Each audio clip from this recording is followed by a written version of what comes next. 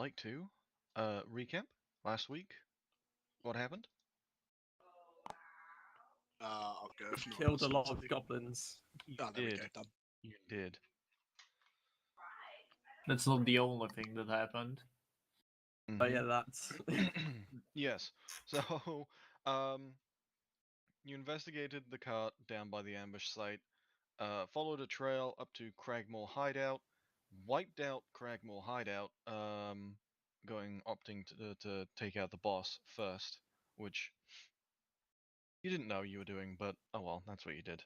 And then coming here to clear this last room, you had a little bit of inter-party strife.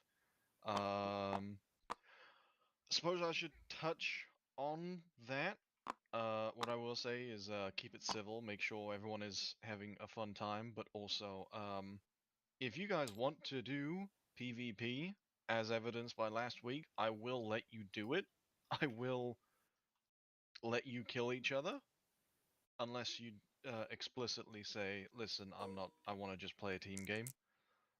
So I suppose we can have a discussion on that now, if you will. I feel like last week was a bit of an outlier with some misunderstandings flying around. So maybe we just make sure to work to keep those in check. And move forward as a party that cooperates with each other. But if you desperately want to have like PvP between the party and internal strife because you find that interesting and fun, do make sure that everyone else is also on board. And Aaron is in the table. No, give me a second. I need to Not grab to something. speak. Be here right back. There he is. Angel. Angel, you User got joined the, your have channel. yourself. Marco has leveled up. Having a bit- Marco, It hasn't done that. fucking Health points, right? Yeah. did he Unless put you it got back? like. Oh no, I must have forgotten. I'll be right back. I'll go grab something. Yeah. I've done all of your health points for you. Thank so. you. Yes, thank you. Yeah, in the future, if you ever need to do something, you click in the center of your health bar to pull up the big menu.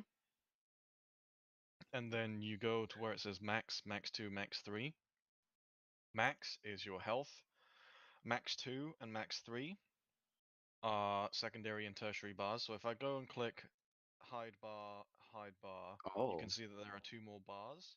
I'd recommend that you, as monks, Monsieurs Hoot Hoot and Aaron, if you were to have these as like your key bars or something, that would be quite useful.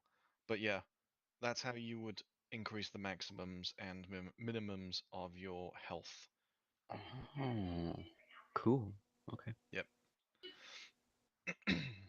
Okay, well, with that recap, we can begin. You had just finished your long rest.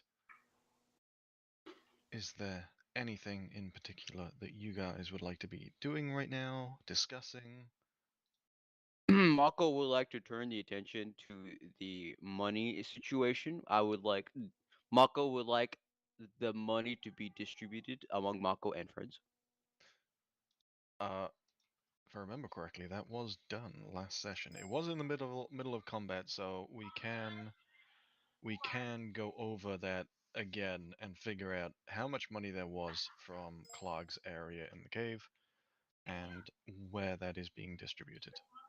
So, You kind of have to pick the coins up like peasants from I the was front about war. to say yes. They were the last they were interacted with.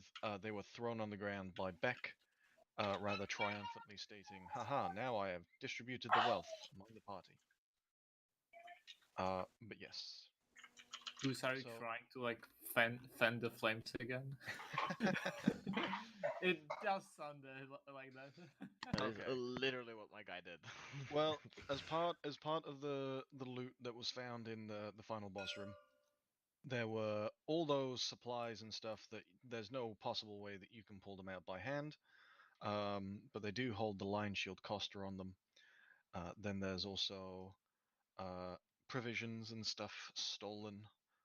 You had Clark's treasure chest that contained a total of, I shall write this down in, I will not because I've got a view open that's blocking the chat for me. I also You have remember it. 600 CP, 110 SP, 2 potions of healing, which are all gone now because you got Lysander and another individual up. I can't remember who. It was But Hutu. No yeah. clue either. Hutu I as have well. no clue. Yes, so 2 potions of healings that are spent, and a jade statuette of a frog with the tiny golden orbs for eyes, worth 40 gold points, which was not stolen, might I add. So that is still Yes, Thrall's it's still person. mine. So yes, 600 copper pieces and 110 silver pieces are just strewn about on the floor in a seemingly distributed manner. So if you would like to divide that by 6, totaling at 60 copper, and whatever 110 is divided by 6, it's not a nice number. It's not. It's Cross almost a the nice number. goddamn great sea, almost just a nice start number. picking copper from the ground like a fucking street beggar. Tell you what. You By add the 10. by the grace of God, it was actually 120 silver pieces. Hey. Oh, There you go. So now you each can pick up 20 silver pieces and 60 copper pieces.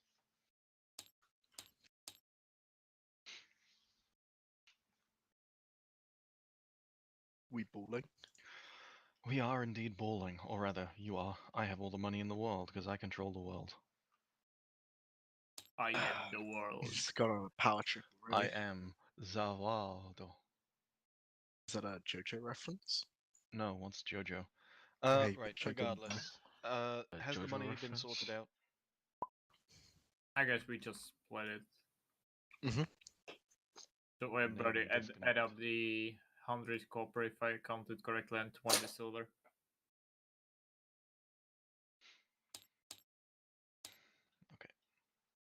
Is it a 1 to 100 for each step up? No, I get all the believe it's time. 1 to 10. 1 to 10? Yes. So 10 copper is 1 silver, 10 silver is 1 gold. I If think you you have know, it- yeah, if you 10 have gold it is on 1 platinum, and I think 2 gold is an electrum piece, which I've no fucking idea what that is. Electrum nobody uses because it's stupid, because it's 2 silver pieces, I think. Yeah. It's so Uh, pointless. or something. But if you're using D&D Beyond, it just tells you in gold pieces if you like click on the coins. Yeah, 1 electrum is 5 silver, not 2 Oh gold. yeah. Yeah. It's stupid. But yes, other than that, the other 4 main actually used currencies, copper, silver, gold, and plat, are all 10 to 1, going up. Bog, just Log indeed, right. And Aaron, are you with us, or did you fully disconnect? It's slow. It's slow. Okay. I don't know, like I'm seeing weird shit. You're gone again. Well, we're still role playing at the moment. There's no combat. So, speaking of role play, is there anyone who would like to say something? Start us off.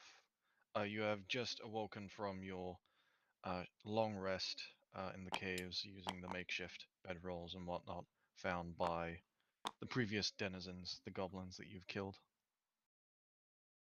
Mako would like to talk to Cylander and hopefully get more information regarding the little Sorry, man.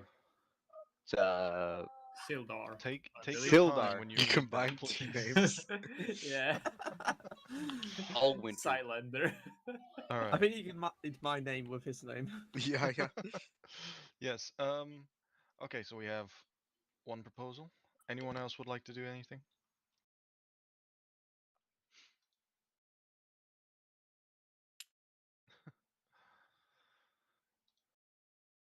Okay. Okay. Let's see.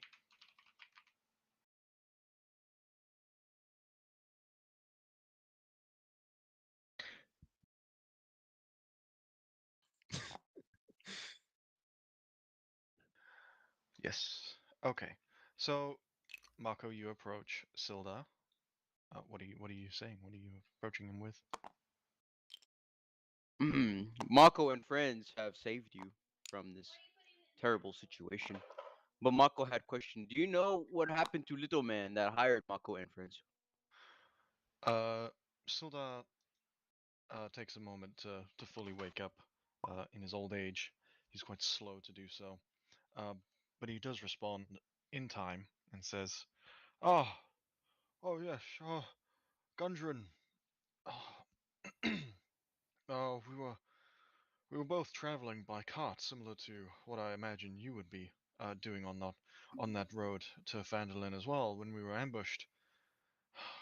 The big bugbear he seemed to have orders to waylay him and carry him off to another area. I believe I overheard a castle being mentioned. There is one local to here, simply and aptly named Cragmore Castle. I'm not sure of its location though, but I'd imagine you'd find him there. Tell me, adventurers, what you have been commissioned by the dwarf, yes? And what, if I may inquire, what were you asked to do, and what were you told of your task?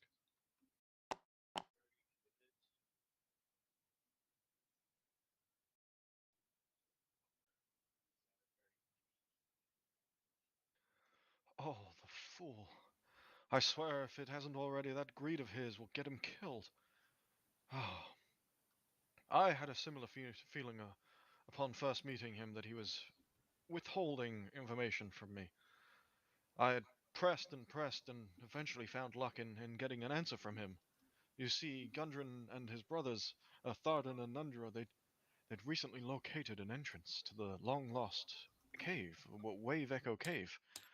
Uh, it's the site of the mines of the Fandelver's Pact. They believe it to be still filled with the many magical artifacts that once perused its forges. I told him I would be willing to help, and also recommended he hire some extra hands, since if he had found it, he likely wasn't the first. Oh dear. User What have in I your done? channel timed out.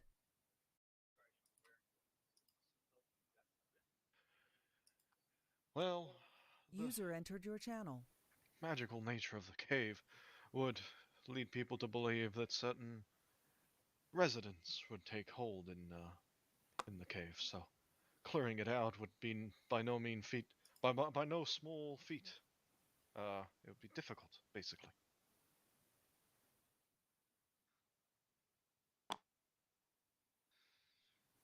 Oh, if he hasn't asked you to help with the cave, I don't see why he'd pay you, but since you've proven your competence in coming to save me, and I suggest you convince him. You seem capable warriors, and we could definitely use your help.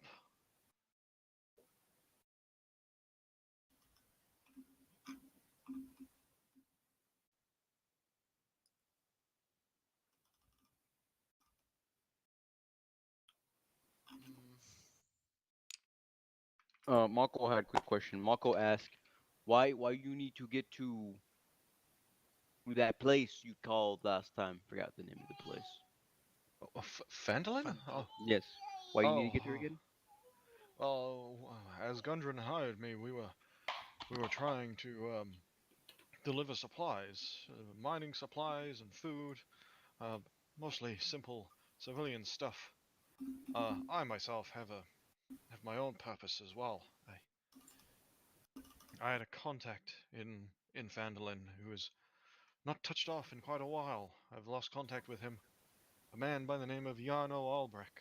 I owe him my life, though I thought it would be suitable to at least look for him, since he has not responded to my correspondences.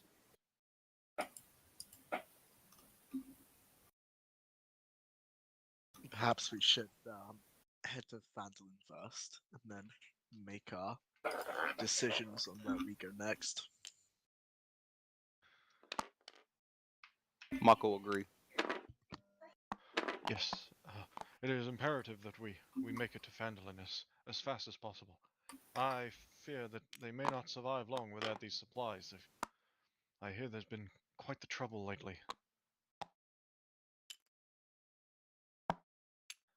Oh, you know, ruffians taking hold in the local buildings and harassing the town. There's been less trade between Neverwinter and Phandalin as a result.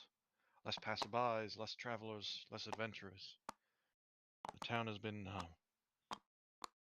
feeling the effects of reduced aid, so to speak.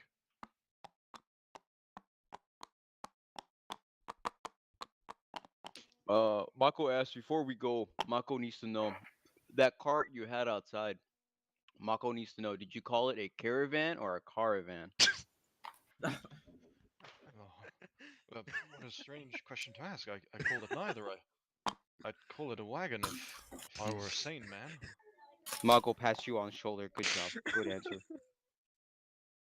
Okay, Mako done.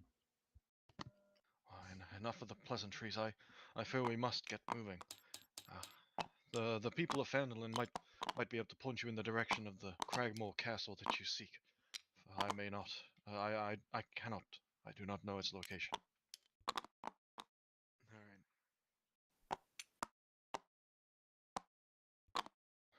We're taking him with us. What? You Yeah.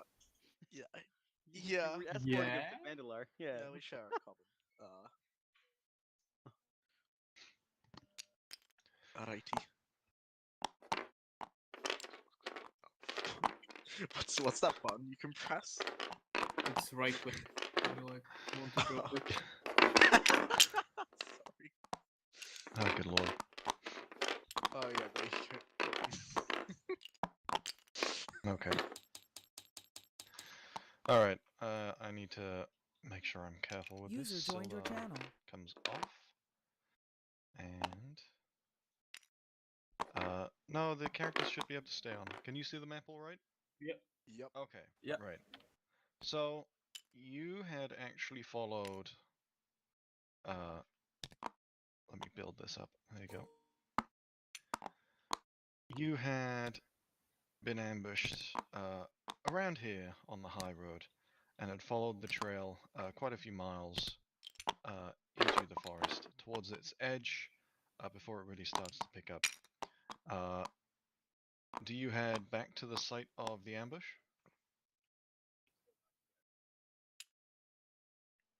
Okay. Ooh, close. Yeah. On second thoughts, yeah. Seems like Get your tokens off. This is for the party tracker only. Get them off. Look how Alright. fast you are. Okay. So you will be returning to the site of the ambush to collect your cart. Like I did say User left back your in channel. session 0 or session 1, the cart remains in the trees that you had left it in. It's a rarely traveled road, and you did a good job enough of concealing it, so you find it along with the oxen that pull it. You travel with Sildar along the road a few more days of travel until you reach. You begin approaching Phandalin. You know, a rutted track emerges from the wooden hillside, and you catch your first glimpse of the town.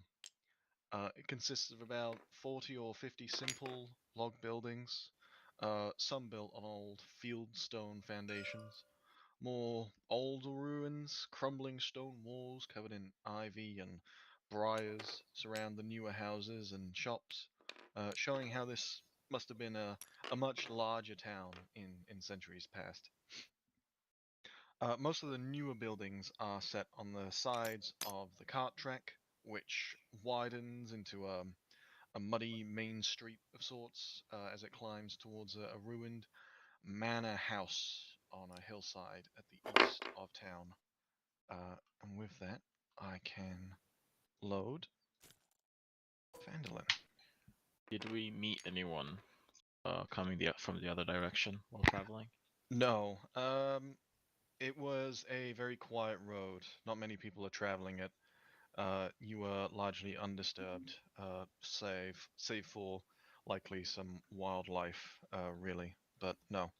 You were lucky enough to not encounter another ambush. If you would, where? There. Oh, It's like northeast, isn't it? That- Yes. We know the names of everyone in this village. Yes, you do. Don't worry about it. You may know them, but others may not. I.e., your characters.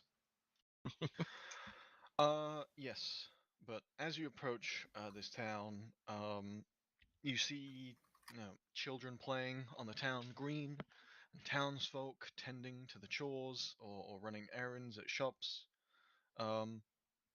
Many people look up to you as you approach, down from the hillsides, but all return to their business as you go by. But as you do get closer to them, they begin to side eye certain characters within your party. Outside of the three humans, you do in fact have quite an exotic assortment. You have Lysander, a walking and talking stone golem. You have Hoot Hoot, a bird by any means, closer to a bird than a man. But more importantly, the people are quite taken back by the appearance of Mako. That is what you are able to intuit. Ah, so they're racist. Bro, if you saw a bird person, If you saw a fucking half-orc enter your village, wouldn't No, you be so- racist? Yeah. let me be clear. So they're looking at Hoot Hoot and Lysander and in like sort of awe and surprise at the fact that such creatures could even exist.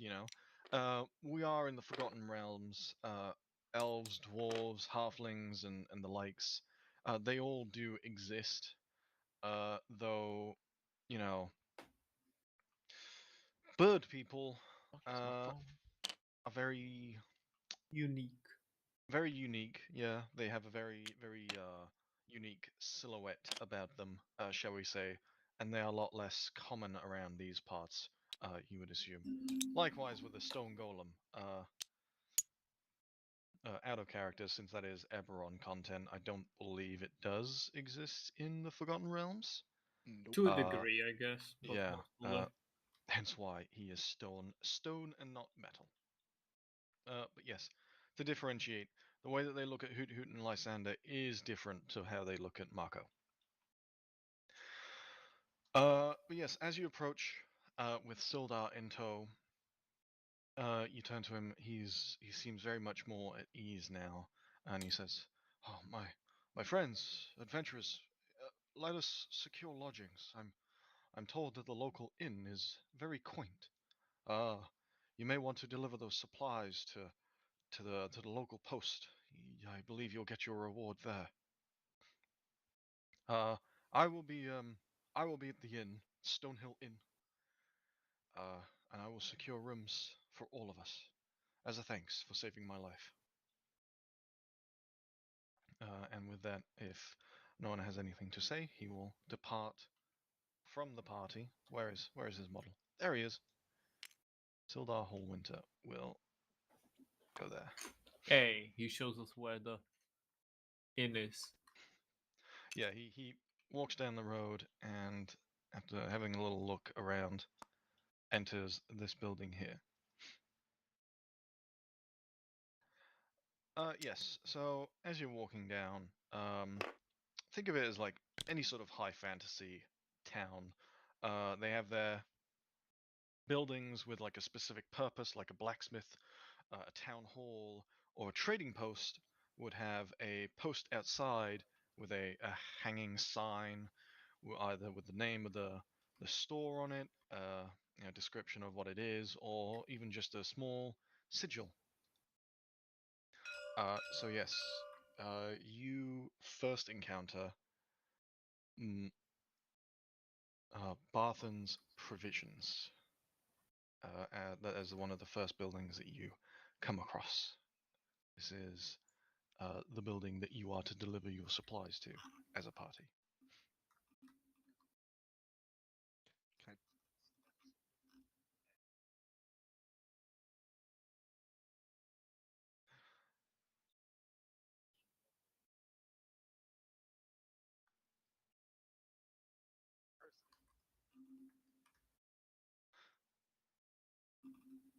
Yeah. So as you step in,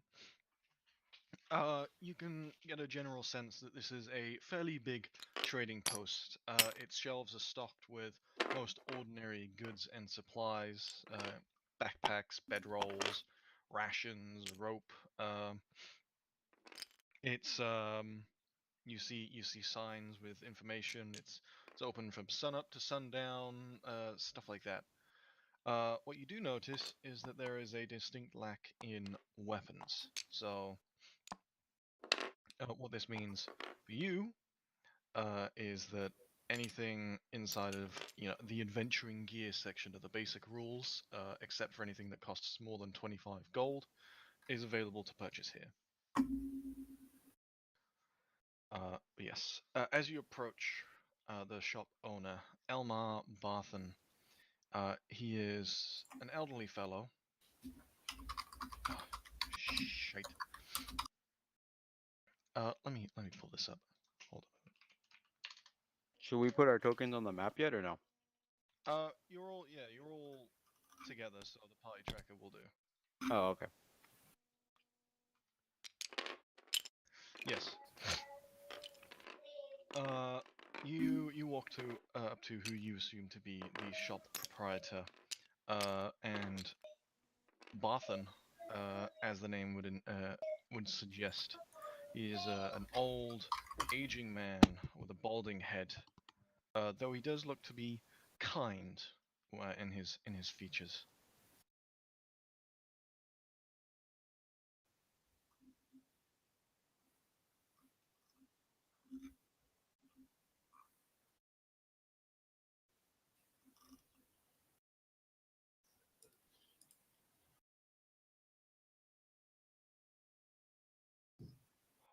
Huh? Who hired you?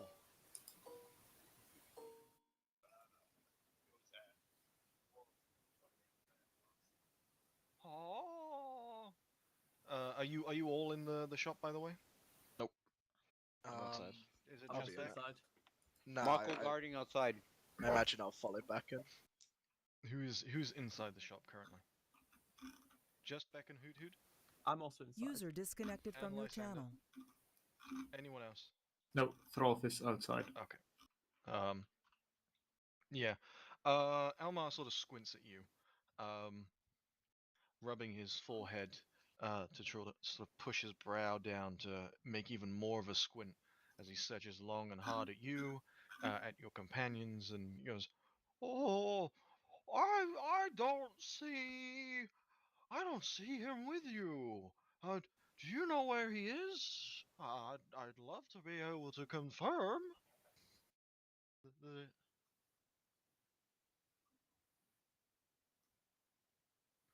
Oh, well, you can't ask me to pay you. No, hang on, let me fucking think of this. Jesus. Improv is hard, guys. I need to know where Gundren is so that he can pay you. He's the one that hired you after all. Um, Oh, do you have them? He sort of pushes past you to open the doors, and lo and behold, he sees your cart of supplies. He says, "Oh well, this simply won't do. If Gundren isn't here to pay you, I suppose I must." He turns back around and walks to his back rooms, and out he comes again with a small pouch of gold, and he turns to you and says, "Oh, so how much were you promised?" 15 apiece for troll. That doesn't sound right. Gundren's a very particular individual when it comes to money. If you want to roll a persuasion on that. Okay, while this is happening, is that happening outside or inside? No, he's back inside trying to Okay. do that.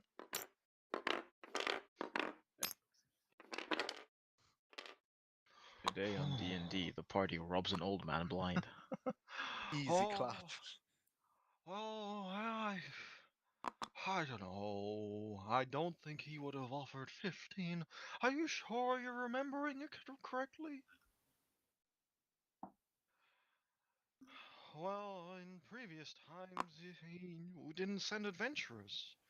For some reason, he seems quite keen on doing so now, but before he would just deliver them himself, and I'd pay him 10 gold for it, so I can offer you the same. 10 gold each for you and your friends. Mr. Barthen. Our party has had to fight through a horde of goblins, a bugbear, a wolf.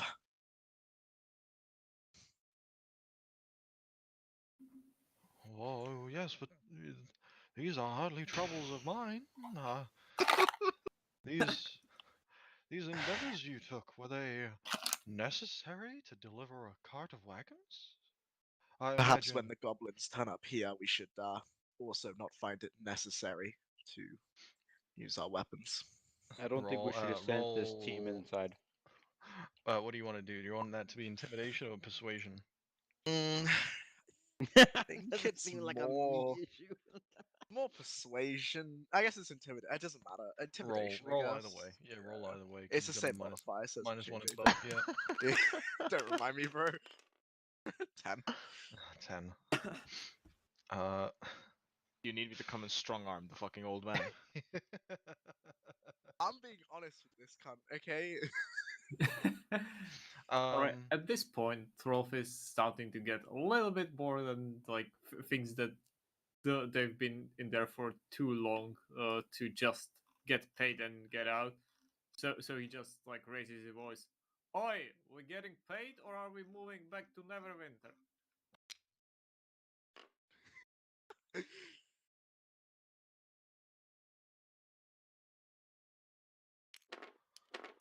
Oh well, that's hardly an attitude to take. I take to 10 gold each. I have enough for it. And Well- with that, he shoves 10 gold into Beck's hand. Moving past, shoves it into Lysander's hand, Hoot Hoot's hand, and he bursts open the doors and looks at the other three around the cart and says, "Come on, it's cold out. Let me give you your gold, and then you can be on your way." And you each forcibly receive 10 gold from the old man. Can I stop him at this point and just say, Barthen, what's your relationship with Rockseeker like? Oh, hmm. Well, it's mostly business, I suppose. He does deliver a lot of supplies to this town, and he seems to have taken a vested interest in us, which I can't say is a bad thing, but oh, yeah, I would say it's purely business. And seeing as he's your business associate, it's only fair you know. Gungeon has possibly, we believe, been captured by a band of mostly goblins, possibly some bugbears. We believe he's being held in a castle. You wouldn't happen to know anything about a castle in the nearby lands, would you? Oh, well, there is Crackmore Castle, but I don't know exactly where it is. And you have I'm- a User in your village channel timed elder out. who might have access to this sort of information. Oh, we have User entered your channel. we have Mr. Wester. He's the village leader. He holds up in the town hall. He may know. He likes to know a lot of stuff, though he's awfully busy nowadays with the recent problems we've been having. I'm not sure if he'd be able to lend a hand either. We heard word from Sildar that a band of brigands was plaguing your town. Is this true? Oh, yes, yes. They've taken up residence in the old manor on the hill, and they're harassing everyone. People have gone missing, you know? Do they stay in the town at all, or do they keep to their manor? Oh, well, most of them keep to their manor, including, I believe, their leader, a man they perpetually refer to as Glass Staff. Oh, I'm not sure why, but no, some do come down from the manor and peruse the tap house down by the east end. It's a dirty old place, that sleeping giant tap house. They mostly hang around there and harass anyone who comes by. Once word of travelers entering the town comes in, though, more seem to flood out, almost to scare them away. So if to say a party of 6 adventurers just entered the town, they'd be riled up. Is that fair to say? Oh, I imagine so. They're not one to let people just come and go as they please. They usually tend to keep them out. Thank you for your time, Baltham. We'll be on our way now. Yep. As you say that, he gives a small little courteous bow to you and snaps his fingers, and out from the back, two younger clerks come out from the back through the front doors and begin unloading the wagon.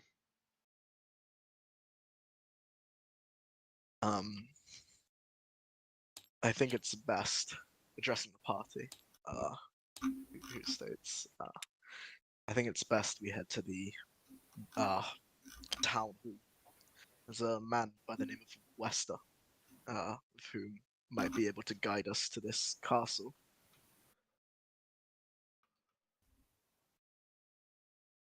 That's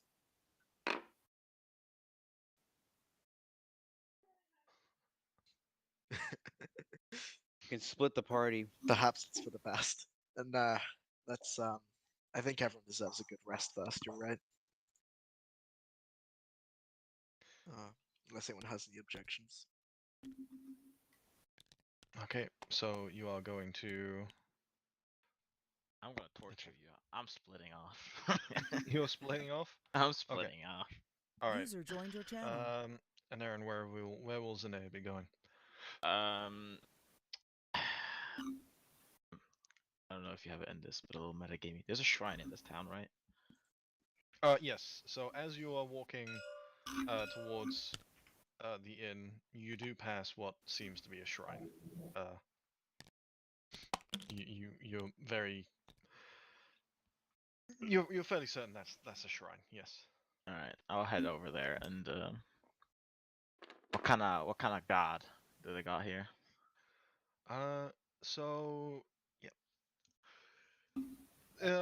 As you approach, if you want to move your token on the board so we know that you split off, I'll follow you for now and then go back to the party in the tavern.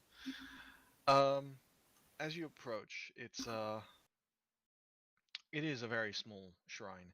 It's made up of rocks and stones, not jagged by any means. It does look like they were specifically pulled out for their roundness. They're quite good looking, but they are arranged in such a way to appear as a small shrine. As you are inspecting it, someone comes up to you. Let me pull this up.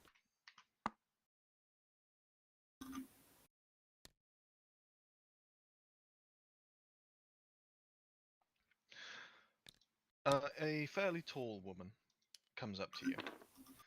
She is an elf in drapey overalls, fair blonde hair, with her pointy ears sticking out by the side. She very much gives off the impression of a holy woman. And as she approaches, she smiles at you and says, "Hello, traveler. Can I help you with anything today?" As she takes note of your interest in the shrine. ERP, ERP. Can I pray to your god to smite Mako out of the map?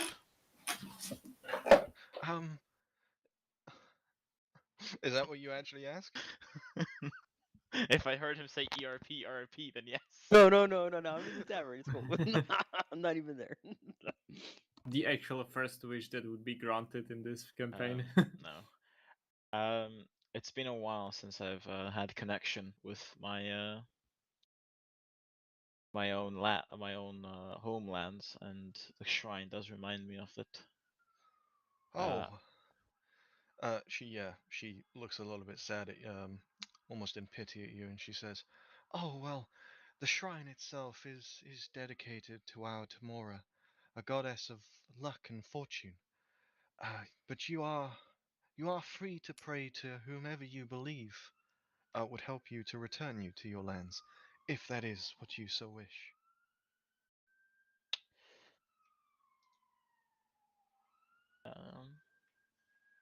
Yeah. I'm actually searching for someone. My current lands are in turmoil, and we need him desperately.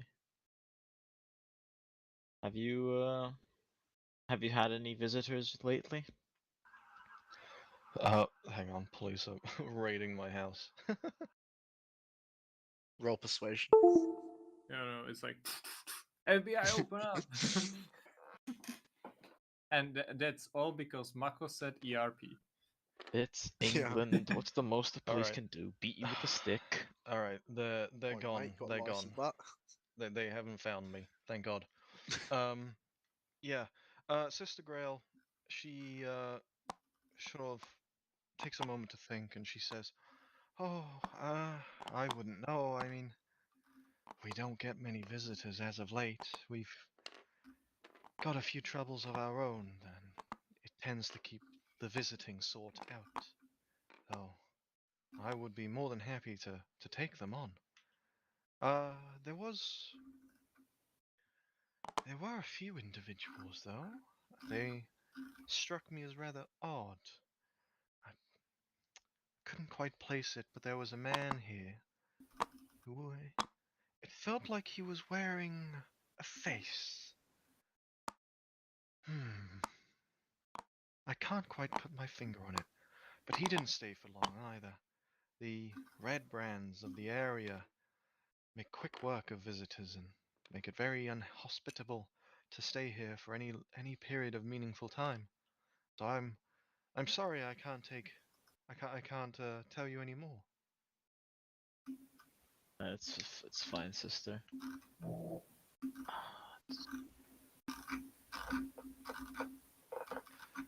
I'll I'll turn back to the shrine and do a little prayer.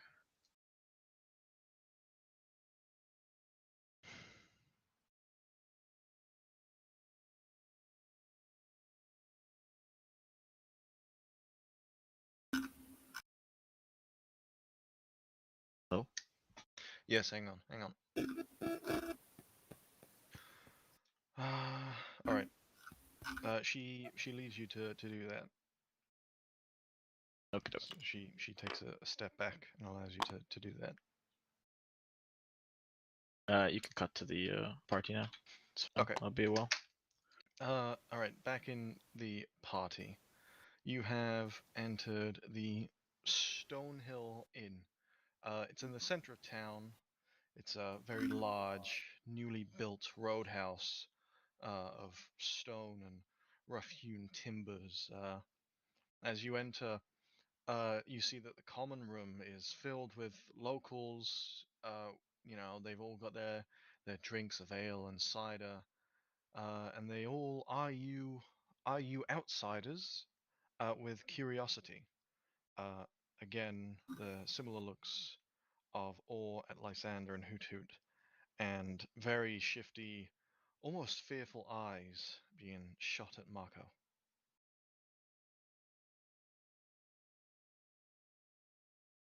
Mako curious about everything.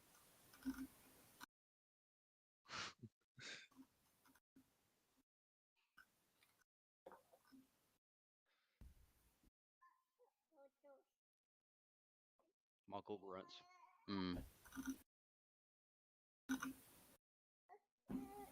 Go pull up a seat at a an occupied table, one that's got space for the party, all of us.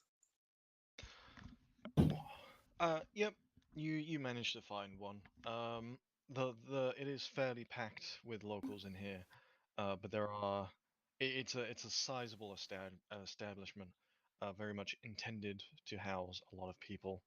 So you comfortably find a table with around 6 chairs around it, and you take a seat. Is there anything you would like to do before I start the next little encounter? Can Mako they go- talk. Sorry, Mako wants Karen. to talk to the bartender real quick. Mako You- says, "If Mako could drink beer in less than 5 seconds, I get beer free?" Question mark. You approach who you think is the bartender. Is a short, friendly young, uh, friendly young dwarf.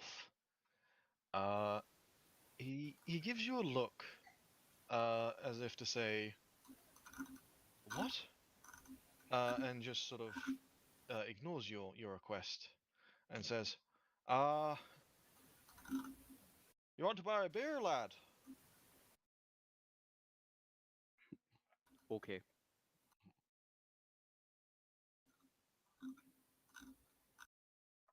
Aye, will that be 5 beers? 4. Mako, take one. Who Yeah. seems reluctant, but he does come up and he's going to try and speak to the bartender after he's done with the beers. All right. He will pour all 5 of you an ale in your own little mugs. And as he slams them on the table, he says, "I'll be 4 copper pieces for each of them, please." Uh, Can I even drink beer? As I call them. Now that you Uh, mention it, the barkeep looks you up and down and says, "Oh, you might only be needing 4 beers, I'm guessing. Unless, of course, you really want it. In which case, 4 copper pieces." Yeah, sure, Mako, why not? Mako hits Lysander. Can I have your beer? Can Mako have your beer? I slide mine to Marco anyway. Oh, Birdman, make me happy. Make Mako happy.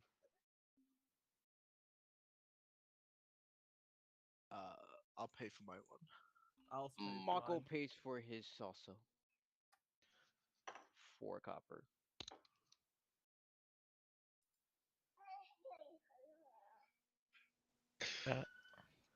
I'll just Uh, pour it on me.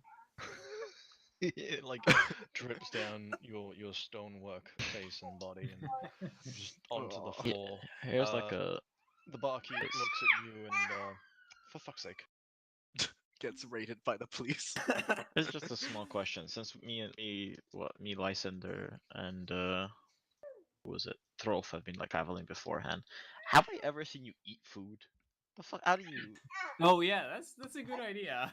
Good just roll question. absorb decide. nutrients from the ground? Like, what's yeah. up with that? Does he like go What into race like a actually are you, mud Goliath? bowl and just These are any Lysander is personal a questions you warforged. ask. Oh, is he a warforged? Yes, so, if I remember correctly, it was Zanea, Throlf, and Lysander that were almost like a roaming small party before they joined in protecting the wagon together with all 6 of you. Oh yeah, you don't need to eat, drink, or breathe. Yeah. I'm also conscious while sleeping. As well. All right. But either way, the innkeep looks at Lysander pouring the drink on himself, but then focuses down at the floor, which is now a puddle of ale. He says, "Ah, lad, I'm gonna have to ask that you clean that up yourself. If you'd kindly." And he goes back and gets a mop and bucket. Also, Can- sorry, Pixie, I'm going to be sticking with this accent. Is it bad? Can I I can't tell. It sounds like flag every other down the- Irishman. Can I Take flag that- down take the barkeeper? You are currently speaking to the Okay, barkeeper. well, yes. I didn't know if you He's fucked up or dealing what. with your party as a whole. Okay. Can I kind of lean forward and I say, what the fuck was it called? What can you tell me about the sleeping giant inn? As you say, as you say the words "sleeping giant," he sort of scrunches his nose and turns it up like, "Tuh, tuh. Aye, right, dirty place that is." Oh no. I need to compose myself. Okay, yeah, there Oh, me. no. Right, dirty place that is.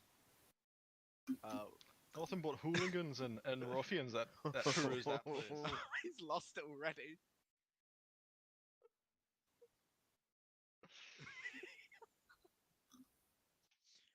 No, he's got a real mix. He's a real mixed heritage, Pixie. That's why. That's why. Mixed heritage, yeah. You know, yeah, sorry, what was that? Oh yeah. We've heard that the clientele is not the best. I You just call this guy's bar shit. Or you call No, another I bar called the shit. other bar yeah, shit. so you're in the Stonehill Inn, Yeah, and for, like, the you're sleeping inquiring giant. about the Sleeping Giant, which is not the Stonehill Inn. Yes, But yes, the barkeep, sort of he nods and he agrees with you. Deep shot.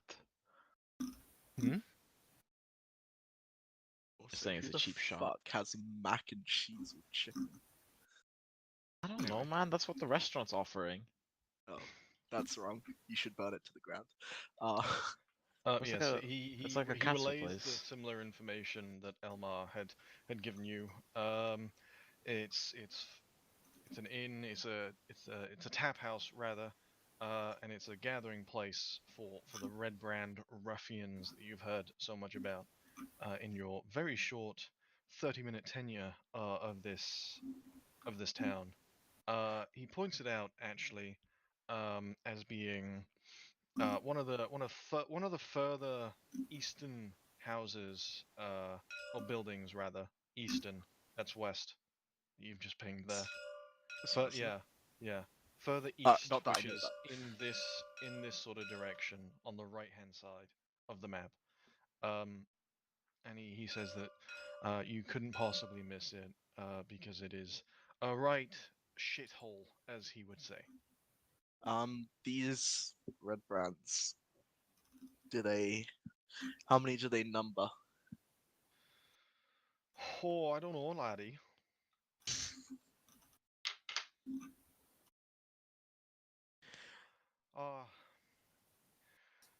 They took all.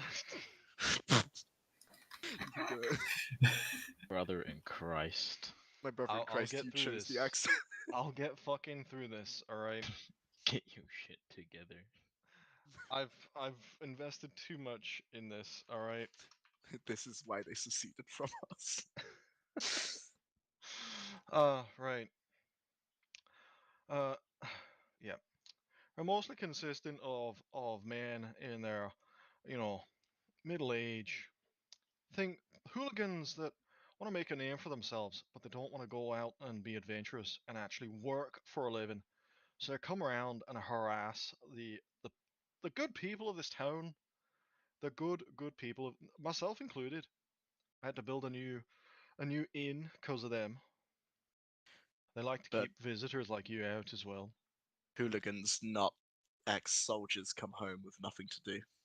Correct.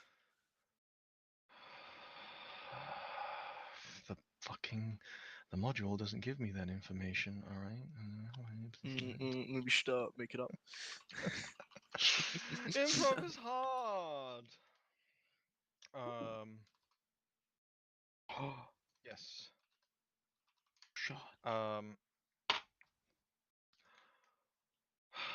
He sort of ponders about it and thinks and goes, "Oh well, Not had too many soldiers, so I wouldn't say they're ex-soldiers. Just thugs.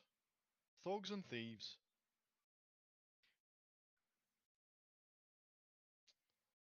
Locals like who?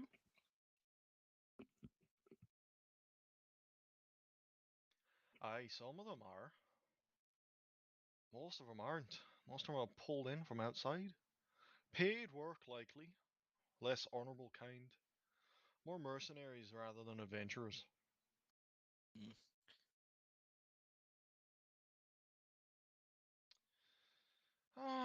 You'd have to ask them themselves. Though that would entail going down to the Sleeping Giant Inn, which you couldn't pay me to do that. Not even with 100 gold. Um, one final thing, not to keep you much longer. Cragmore Castle. That name doesn't mean anything to you, does it? Oh, aye. I know about the castle. Up north in the forest somewhere. I wouldn't be able to tell you exactly where though. You might be better off actually asking some of those red brand ruffians. Since some of them came from outside, they might know. We'll have to pay him a visit. Aye.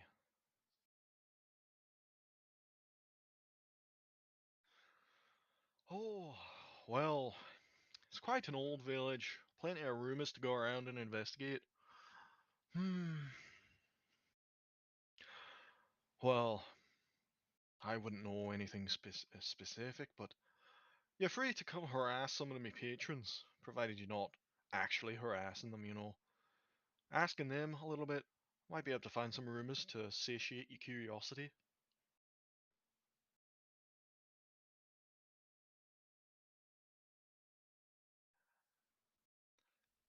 Blah. Stuff of legend, that is. Ain't no one found the lost wave echo caves since, you know, they were lost. I wouldn't worry myself about them if I were you.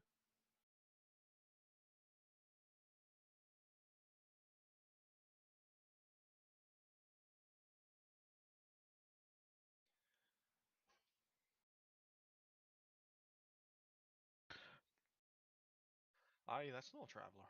He delivers our supplies. Mighty good man he is. Mighty good man. Takes it upon himself to make sure that we're stocked and loaded with all our mining equipment. He took a vested interest in us. I think he's a businessman of sorts. Or at least he likes to think of himself like that. Doesn't want to get too chummy with people. You know, business and all that.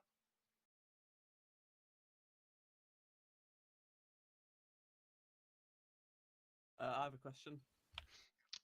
Go, you lad thing. I'll be Do you honest, I off- didn't think you could talk. Misgendering the golem SMH. do you sell any food?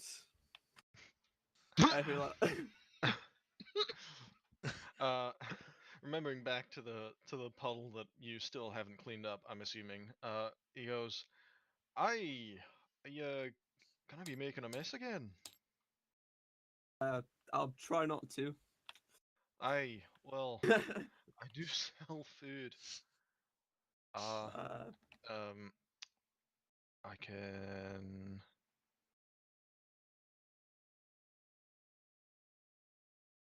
see about. No. I just want to eat food. I don't know. Better find out.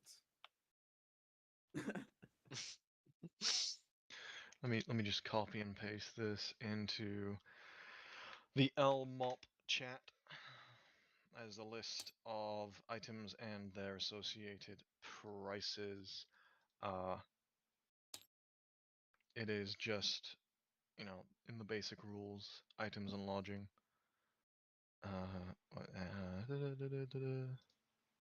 Food and lodging, it should have been. I've lost it. I've lost it. No! Hey, what are you trying to do? Food and lodgings in the basic rules. Food, drink, and lodgings. It should be this shite here. You're Yes. saying a loaf only costs 2 copper pieces. Huh, the more you know. Yeah, you are very cheap, loaf. You are very cheap. Oh, no. Yes, that link in there that I've just posted as well. That'll take you straight to the food, drinking, lodging setting. Food, drink, and lodging section. That's the one. That's the word I'm looking for.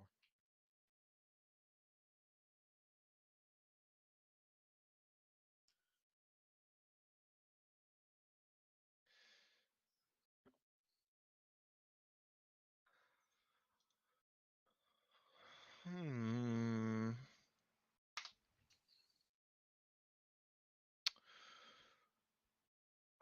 I suppose you would have to go around and ask.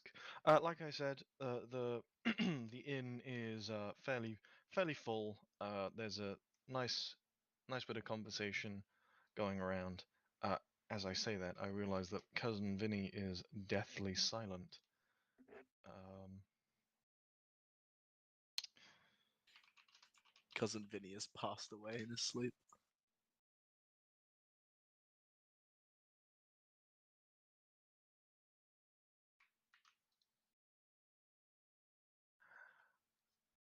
yes, that is a good point. Yeah, you. Let's see if this is too loud.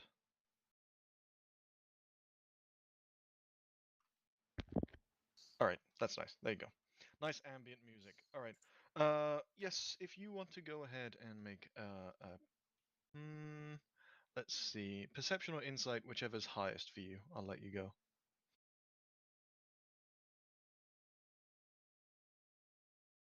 21.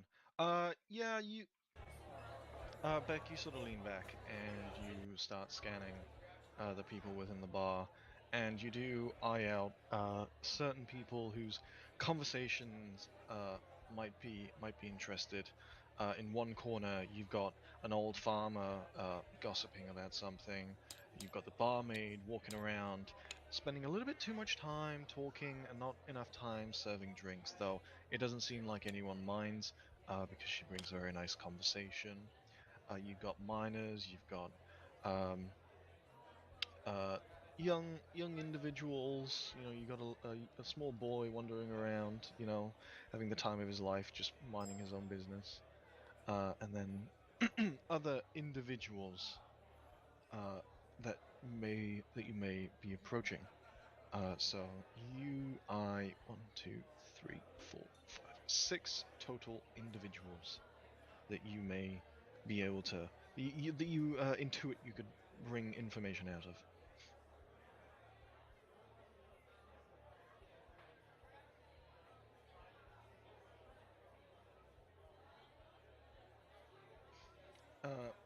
Yes. So the barkeep, Dublin Stonekeeper, he had already left you. And the barmaid does arrive, and she's very quite pippy, human female, and she says, uh, "Well, hello there. How can I help you find?" She looks at Hoot Hoot and the golem. Gentlemen, how can I help you folks this evening? Or this morning, rather. It is morning, isn't it? It's morning. It's morning. I say it's morning. It's morning. I think God is having a crisis. The time is just. It's morning. Yes, it's morning. Morning to midday. Yes. Either way, she has come up and introduced herself.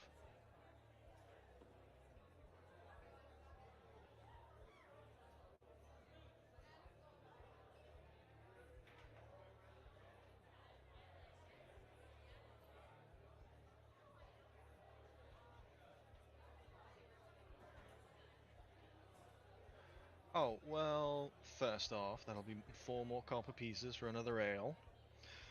Ah, oh. Now, I'm sure if you asked nicely, I'd be able to tell you a whole lot more, but as far as I know, it's just a small rumor that was going around. A little man named Darren Edamarth. He runs the orchard up in the north of the town. I hear he's a former adventurer, you know? Tried to keep it under wraps as well, but nothing escapes my ears.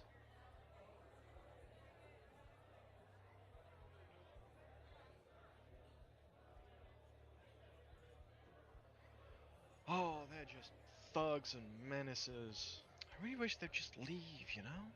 They're making it very hard for a barmaid to work a living, you know? This inn would do so much more if it could actually take in travelers, you know? The Tribal Trail is a treacherous place, even at the best of times, so it would be really nice to have travelers come in, rest their weary heads, and spend all of their gold here. But we can't have that, can we now?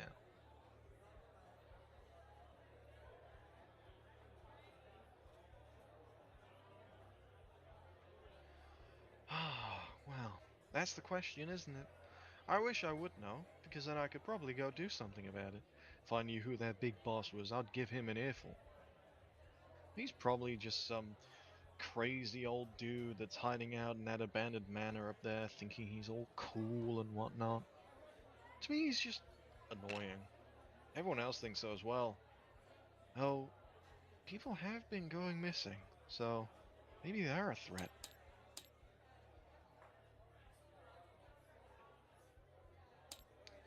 I can't think of it exactly who. You have to ask around yourself, since you like to be quite a talkative fellow.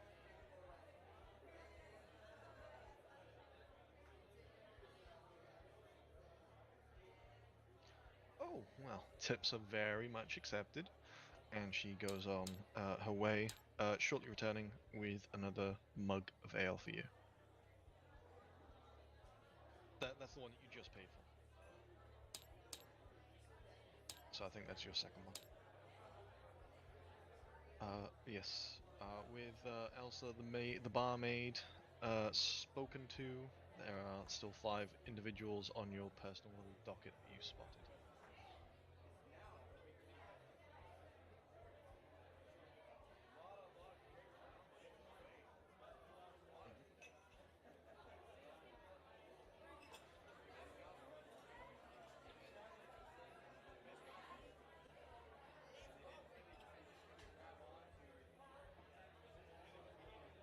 Mm-hmm.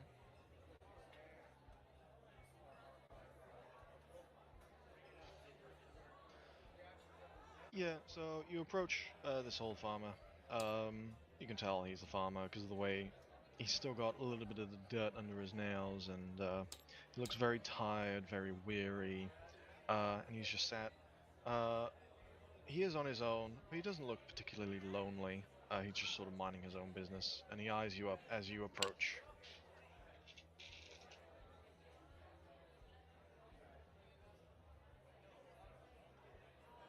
Oh no, he's a northerner.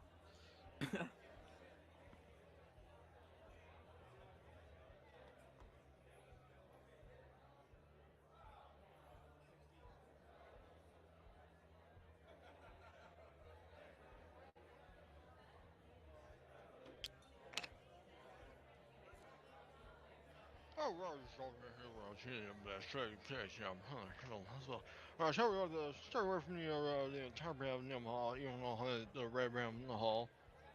Oh. Oh. He beckons you to sit back down, and he sort of shifts around his face a little bit, moving the facial hair out of his face. You can see he's got a really bushy beard. I'm not gonna do that again. Fuck that. Oh no, sit down, lad, sit down. I've got plenty of time to talk for a lad like you.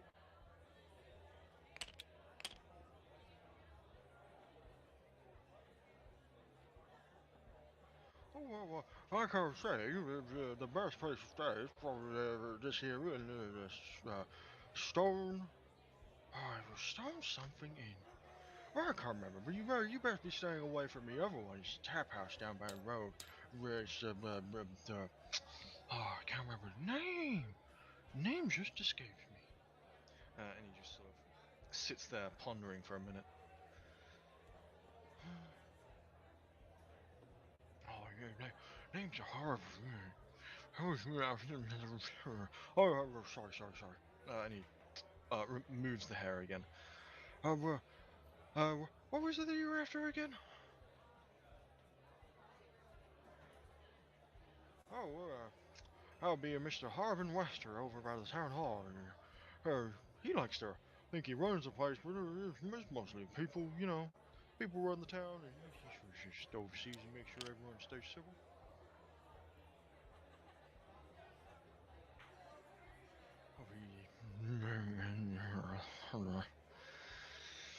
Oh, I say you'd have to go meet him yourself.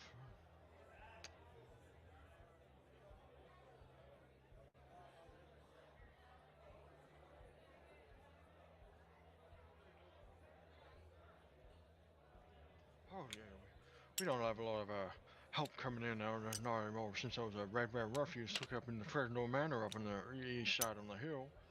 They've been scared off all the travelers on the road. You know, man, we can't get no help, no adventures, no nothing. I mean, poor old Sister Garel over there. She runs the shrine over there. She had to go out on her own on the transport train. You know, she had to go sort out matters by herself. Poor thing, she came back all beaten up. Poor thing, whatever she had to do, she probably couldn't even do it. Frail old woman like her. Hmm. Oh, yeah, maybe speak of her, maybe eventually short like yourself, maybe get paid a little bit gold, maybe sort out trouble.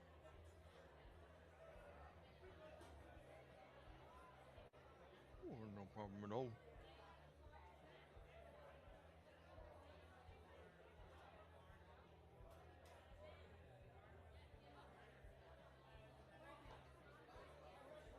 Oh, well, I'm an old farmer down on the Holdley farm.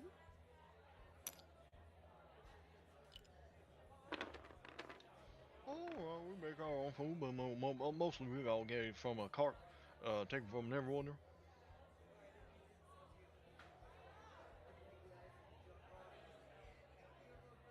Oh, yeah, provide the Red Brown Ruffians, leave me alone.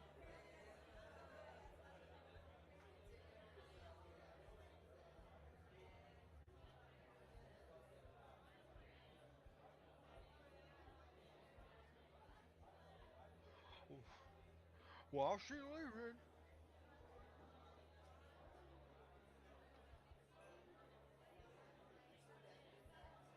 Alright, yes.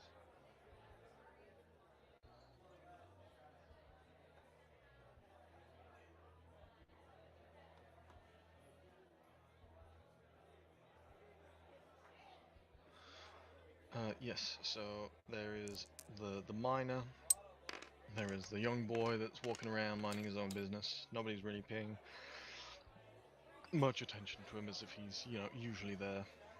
And then there is an old lady off in the corner, similar to the old farmer that you just spoke to, alone, minding her own business, but not particularly lonely. Um, do you want to keep on talking, or do you want to head off and see what else we can find? So I'd quite like to speak to the well, town leader, mayor, whatever his Yeah, I title would may also be. Mayor. Well, what I could do is I could sort of truncate, so you don't have to go through four more people, and I don't have to make four more voices. No, go Because as you may have been able to tell, I was running out of voices, and they probably It's weren't not going to that be good bad. ones that I pulled out my ass. Nah, they're Uh, okay. but yes, so Beck, you go around. You find out from the miner that you'd eyed, who's at a table with other miners of similar ilk, that orc raiders had been seen on the east of the tribal trail that you just came in on, and that the town master, Mr. Harbin Wester, is looking for someone to run them off. And you sort of intuit that is why Marco, the half orc, is getting such shady looks from the town denizens. You manage to corner the Weaver and get some information out of her as well about the Red Brands, how they hassle the town, but they don't seem to hassle the Miners' Exchange, which she points out to you as being one of the buildings further south, rather large building, impossible to miss. As you're walking back to your table, the young boy sort of knocks into you. And he says something about how you're, super tall, really cool. You look like the type of dude that'll love a secret entrance. Yeah, he found a super secret hidey hole in the woods. You look like you know the woods. And then he runs off again. And then as you sit down, a woman comes out from some of the back rooms in the inn, from like the area that you'd live in. I don't know what to call it specifically. She introduces herself as Trelena, Toblin's Stonekeeper's wife. She thanks you for being so kind and whatnot, and providing Toblin a little bit of a company. And as you're talking, she divulges information that a man by the name of Thel Dendra, he used to be a local woodcarver, actually stood up to the Red Brands a 10-day ago, which is the Forgotten Realms version of a week. So he stood up to the Red Brands when they came in and leered at his wife a little bit. And the ruffians straight murdered him. Several townsfolk actually saw it happen. They grabbed the body, the wife, the daughter, and the son have also gone missing at this point. So that is that was what was mentioned earlier about people going missing. So that's all the rumors that you could ascertain from all the people that you spotted. Okay.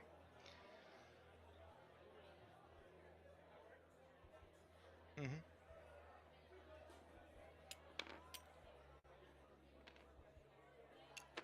User joined your channel.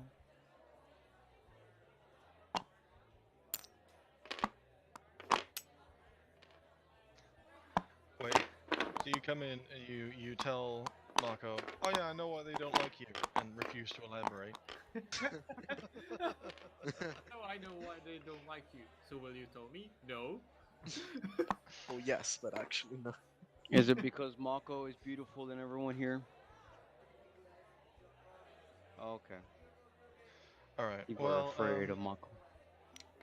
if that will be all, I'm assuming that you're leaving now to go speak to the town hall master, Mr. Harbin Wester. Yes. Alright. You leave the tavern, and you can see Zanea at the shrine, still praying. Mako taps Zene on shoulder as he walks by. Tap tap. In a comforting way, not the smooth way, in the comforting way. I'm gonna just ignore that.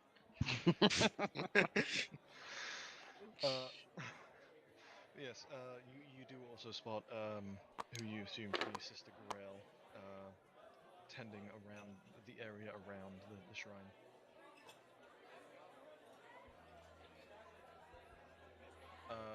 Yes. So if you put your token on the map, so we know where you are, and I can remember you.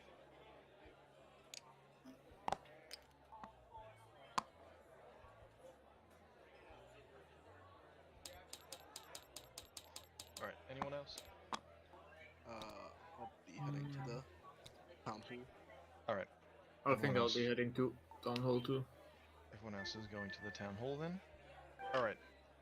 I'm gonna flip a little bit of coin here.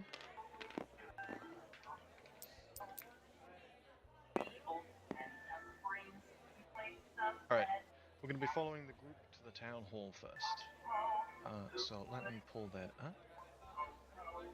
So as you approach the town master's hall, you see that it has sturdy stone walls, a really nice pitched wooden roof, and a bell tower in the back around here, visible from the street.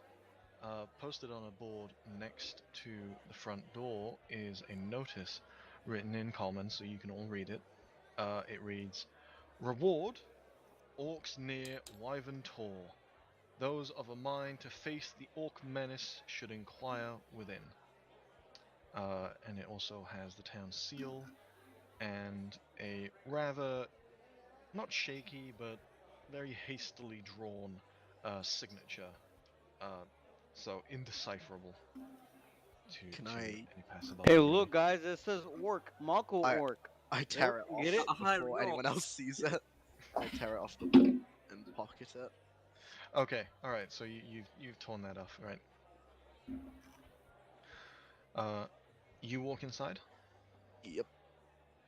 All right. Oh wait, I tell Marco that Marco, I think it might be best if you wait outside. You can come in, but I don't know how friendly the people inside will be.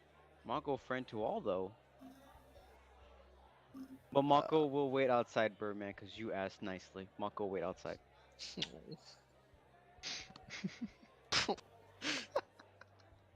Marco's a fucking dog. Okay. Aw, Puppy eyes and all that. I don't Alright. need him outside. Yeah, All right. this Fanlin, more like South African, am I right? So as you walk into this town hall, think of it as you walk in. If you were to look at it as like the players, you'd think it almost resembles a church, with all its pews and then the central altar, sort of lectern stand,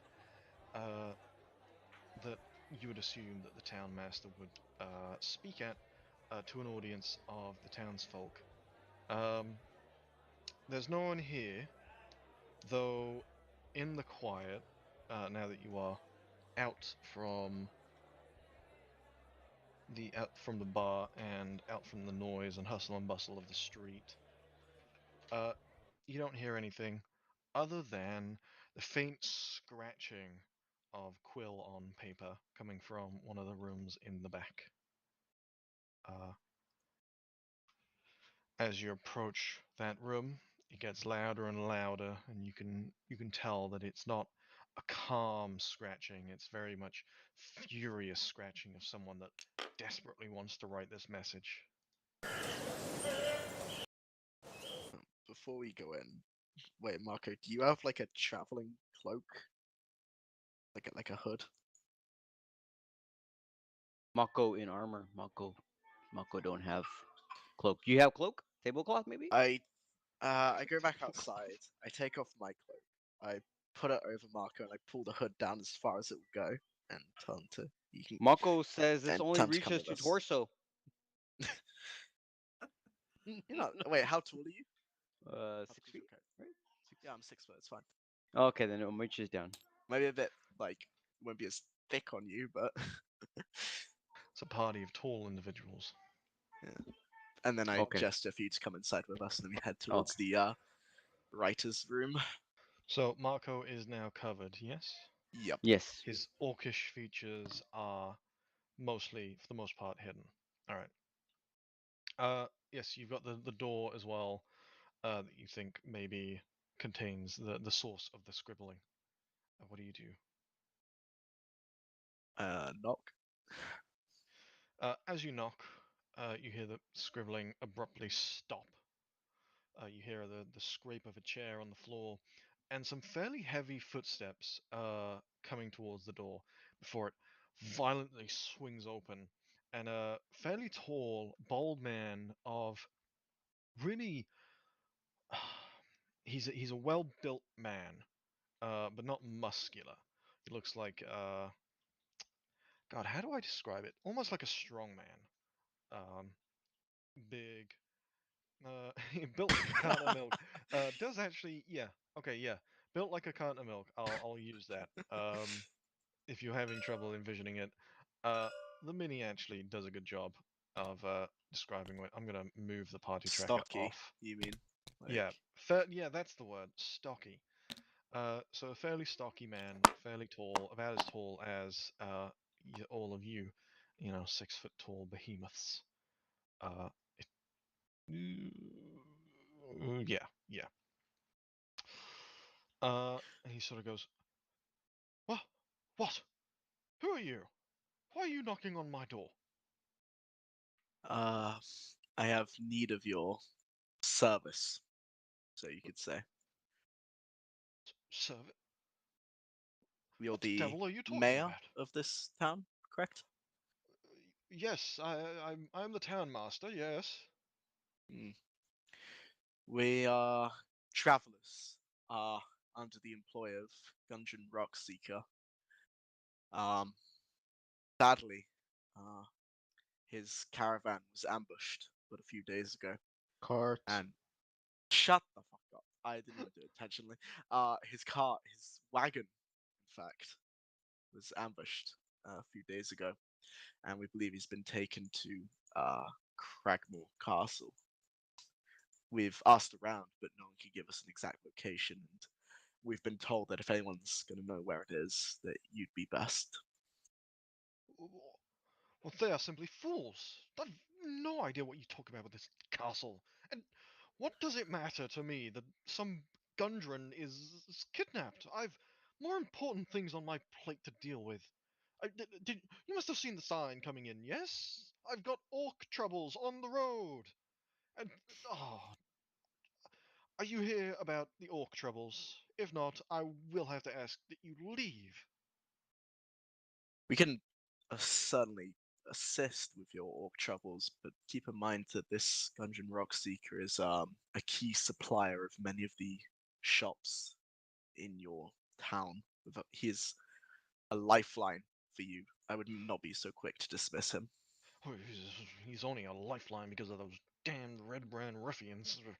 If I could just get Neverwinter to send more men, I can get them out myself, but oh, it, it, oh, I'm rambling again. You said you would help with the Orc Menace. That is all that matters to me. What exactly does helping entail? Orcs aren't something to be trifled with. Well, are they the type to be diplomatically swayed? I think not. You have a weapon on your person for a reason, do you not? Slay them if you must. I simply want them gone from the tribal trail so that passerbys can begin to flow into the town. We're in dire need of money, and without the people to spend the money here, we have no way of getting it. Are these What are these orcs done specifically? Are they raiding? Or are they just living? They're, it's a it's a band of orcs near the Wyvern Tor, and they're causing problems on the trail. So unless causing trouble is just living in terms of orc nature, I don't know what those beasts think. Um, I think who's kind of give him a glare, as in like kind of like cool it down kind of thing, you know. Um, if we do end up feeling inclined to assist you with your little struggle, um, perhaps you could help us with finding our lost friend. I'd, I'd much rather prefer sticking to the traditional gold sum reward. I have 100 gold lined up for any group willing to take it on and complete the task. Excellent, 100 gold and the information. Sounds like a good deal. Well, I'm not sure I'll be able to help you on the information. I've no idea where this Cragmore castle is. I've never been. How would I know? Perhaps you know someone in your very own town that might have such information. The people of this town do not often wander outside. The tribal trail, as evidenced by my sign, is home to vicious animals that would attack you sooner than speak to you with a. Oh, rambling again. No, there is no one in this town, as far as I know, that could help you. Maybe go find one of those red brand ruffians. They're of outside sort. They may know where it is. Kind of huff and give and just leave. I didn't say anything to him. I just walk out. You know where I'll be once you're done with your assignment. And he slams the door closed.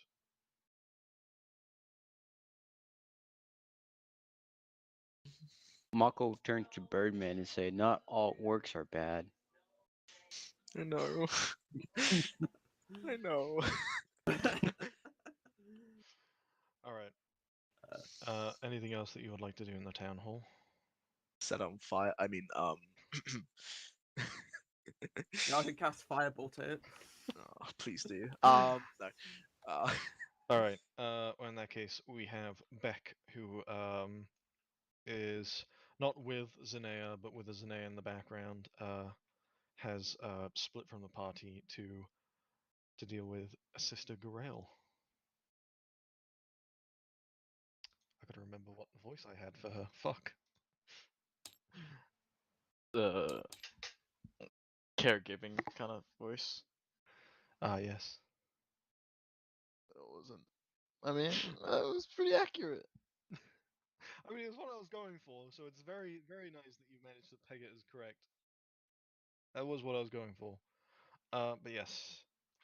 So, if you need a recap, you had just gone into the inn, and one of the pieces of information was that Sister Garael had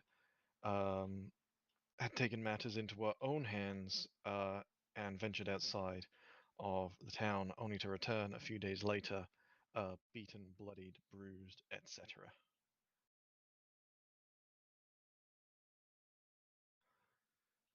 So she's tending to what is essentially just a pile of rocks that are very neatly organized into a shrine sort of visage. She's tending to those. With Zanea still praying there, she's working on sweeping the leaves around, tidying up the grass, and working around the shrine rather than in it.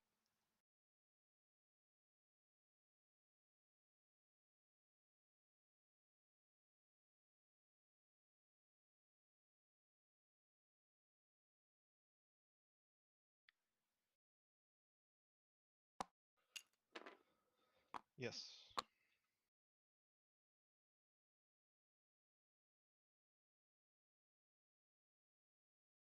She yeah, so harkening back to my initial description of her, a tall blonde elf woman with flowing white dress. She very much gives off the impression of a priestess. Good morning to you too, traveler.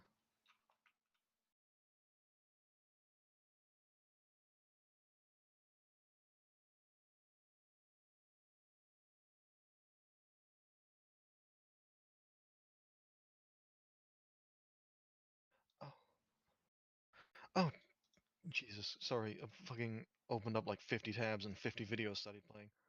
Oh, goodness me. She sort of puts her hand up to her face and almost like in shame, she says, I knew the people of this town were gossipers, but I'd never intended them to trouble you with such nonsense. Since you have asked, yes, I was in a spot of bother recently. Um, but it's nothing really that you should find yourself bothering about.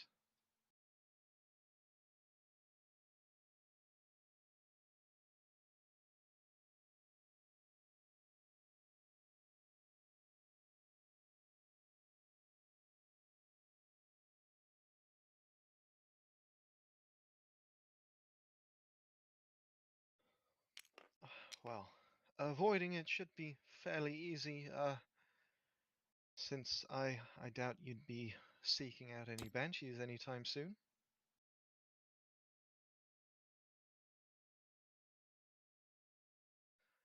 Uh, well, I might as well tell you, since who knows what the townsmen have told you already. I was supposed to persuade a banshee local to the area. Her name is Agatha. Uh, I need to ask her a question. Uh, but she's not in the most receptive of moods as of late.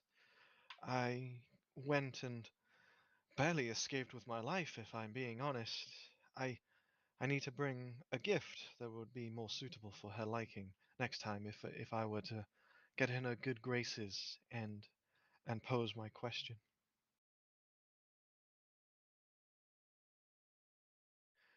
Oh, well, this banshee can answer any one question a traveler may give. She knows all, supposedly.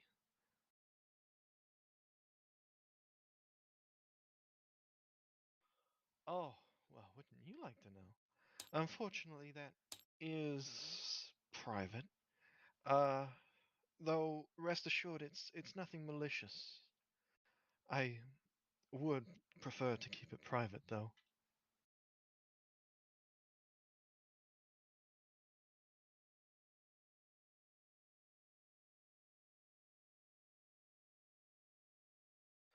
Oh, well, I'm not 100% sure, but maybe something sparkly? I believe she had quite. Oh, I hesitate to slander her behind her back, but her hair was quite ragged and matted. I thought maybe a practical gift of a hair comb would entice her, or at least she would hopefully see the humor in it, if there were humor to be had in a banshee's life.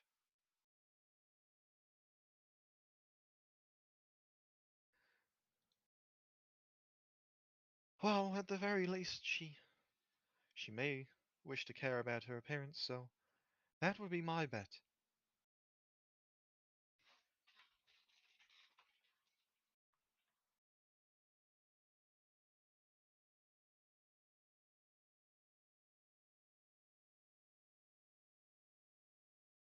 Oh, well, the townspeople wouldn't mind you, so far as you are kind and respectful to them, but the ruffians, you'll know when you see them. I'm surprised they haven't come to sort you out, so to speak. Well, simply by being here, you've already stepped on their toes, I'm afraid, so not much help I can be of there. Oh, oh, I'm not entirely sure how to describe it, but they keep the visitors out, that's for certain. It's why I had to partake in such a dangerous quest and experience the harshities of the trail.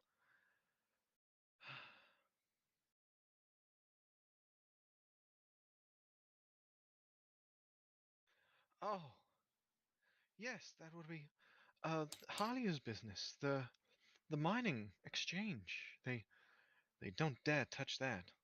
I believe they're scared of Halia, though I'm not sure why. She's such a kind woman.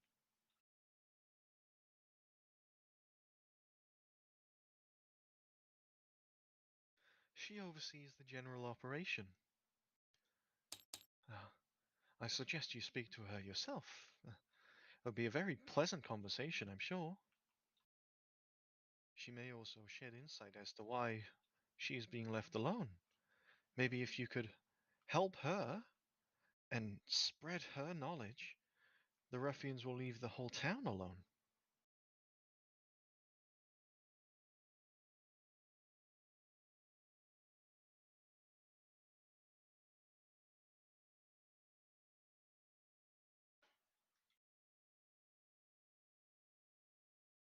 She gracefully bows as you leave.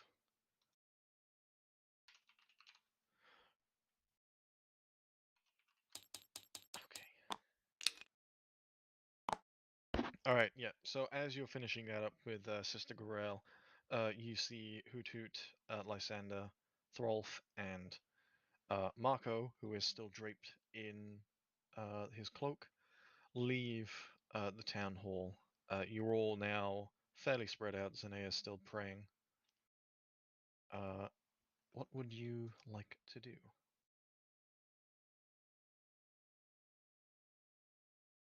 Yeah, that's yeah. If you just say, "Oh, I share the information," you'd all you'd all have the information.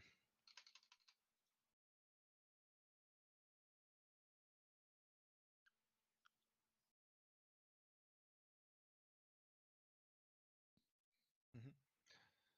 Yes. So, to recap as well, you took on the Orc Trouble from Harbin Wester, and then, if you would like to title it, I suppose, it will be the Banshee's bargain from Sister Garael. These are the quests that you had given your word to do.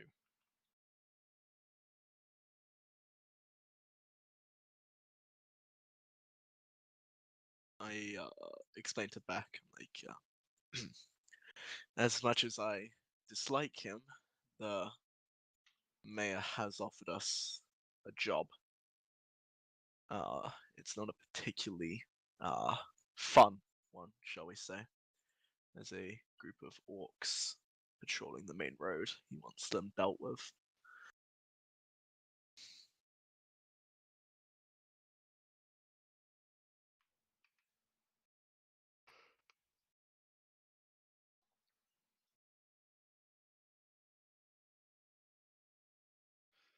Up here, Mr. Barthen.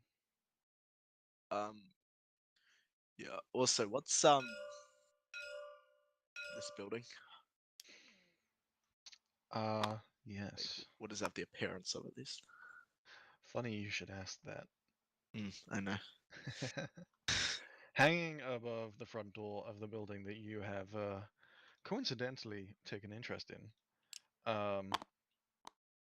is a sign, or rather a sigil that you have seen before. So who's with you now? Mako. Marco, Throlf, and Lysander? And Troll, I guess. Okay, and Beck has gone on his own to Elmar. Yes, so you see the Lion Shield Costa plastered on the signs outside of this house.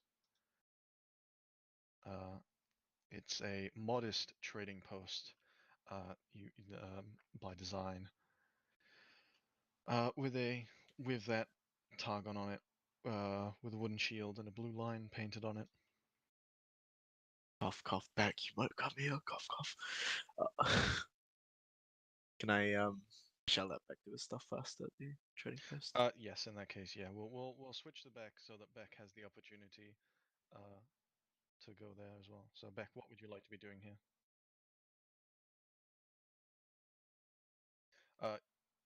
Yep. So this man here sells everything found in adventuring gear in the basic rules. But he does not sell weapons or anything above 25 gold.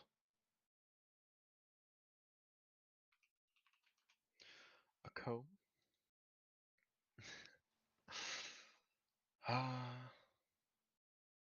You can certainly look through it, through the list that I sent there.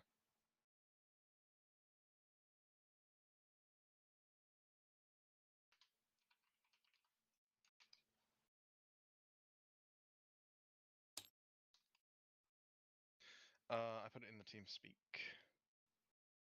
Yep. So everything in there, no weapons, and nothing above 25 gold pieces.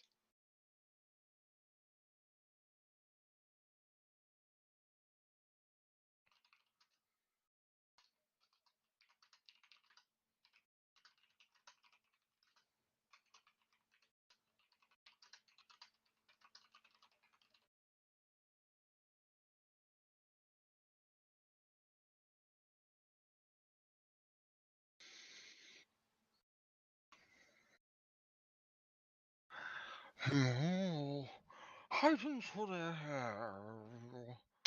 I have perfume. I suppose you'd be looking for a comb, yes? And he sort of peruses his shelves and looks around and. Oh.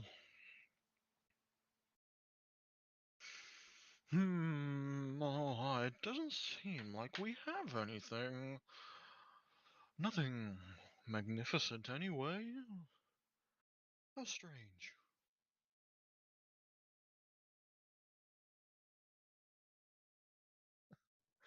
If you say he goes big spell, I am summoning a fucking revenant to fucking kill you.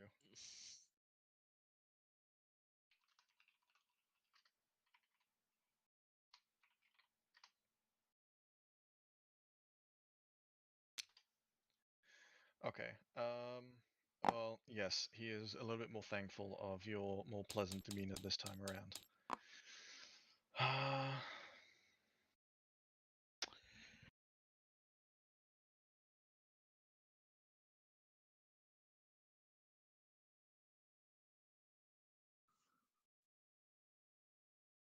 Another shop where you might find some things that you're looking for. And I head inside.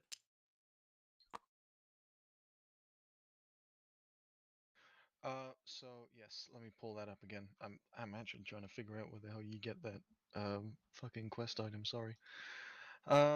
Yes. So, like I said before, it looks to be a modest trading post, not quite as big as Barthen's, who you were just at. But it also has a sign similar to how Barthen has a sign outside his. It has it's shaped as a wooden shield and it has a blue line painted on it, which anyone who gazes upon it would recognize as the line shield Costa, which you had already also seen on both the supplies in your own wagon and the supplies in Clark's cave prior.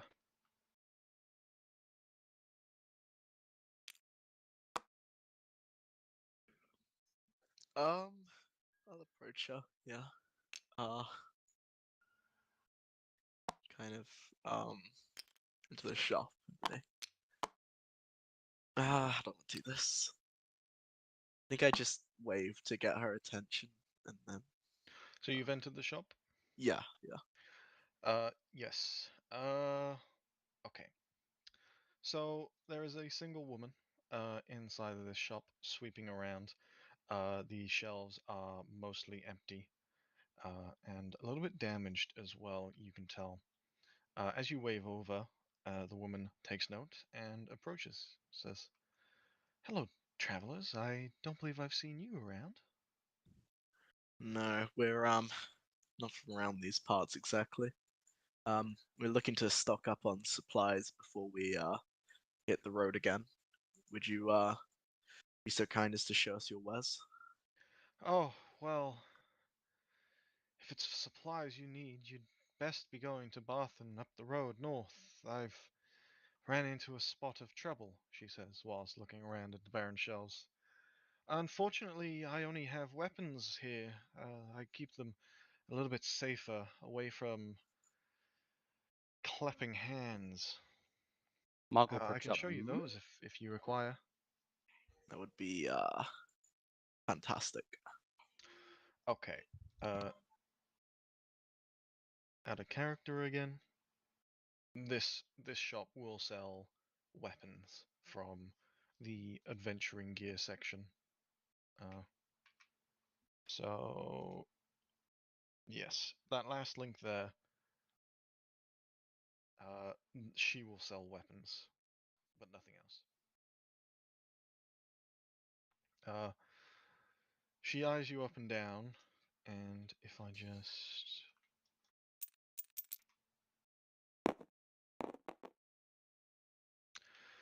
Yeah, she eyes you up and down and says, "Oh, well, you look like good enough people. May I ask what your business in the town is?" We're we're running as guards for a wagon that came in under the employ of Gungeon Rockseeker.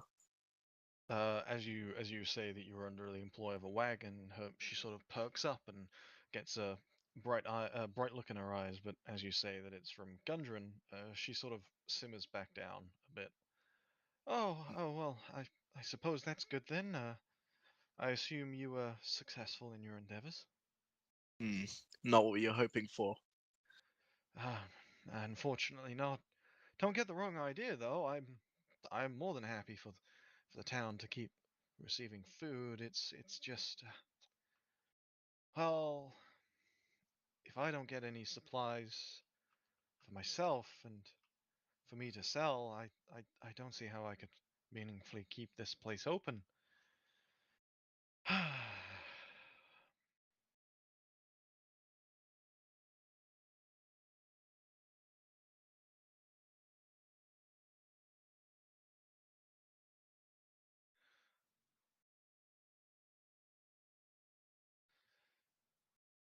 Oh, well, Barthen trades locally, whereas I trade under the Lion Shield Merchant Company. It's based out of the city in Utah, hundreds and hundreds of miles to the east. Sort of seems a bit silly to set up shop so far away from their central base of operations, but uh, in this quaint old town, I figured weapons would be necessary, and Barthen, he's a bit of a pacifist, you see. Kind old man, doesn't take kindly to violence and whatnot, so I thought, hey, I'd target the gap in the market. A lot of good that did me. Since I had value, according to those ruffians that have taken root in the manor on the hill, they decided to fleece me for all I'm worth. They took... no, carry on. Yes, all the stuff that they thought that was valuable. It wasn't much, mind you. You would have still been better off going to Barthen. But it still hurts nonetheless. I worked hard to build this place. I won't let some ruffians tear it down. It's been so long since my last shipment came in.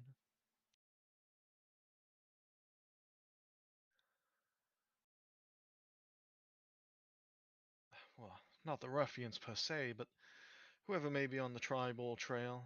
Heard it's orcs now, causing trouble for local adventurers, so you can imagine what a merchant carrying goods would feel. If I didn't know any better, I'd say that they were holed up in some monster's cave or something. Well, it just so happens we're looking for such orcs. You wouldn't know anyone who's dealt with them firsthand, would you? Oh, not really. I did hear a rumor that we may have an adventurer amongst us, but I don't think he's dealt with the orcs. You'd have to ask him. A little man by Darren, I believe. He's up by the orchard.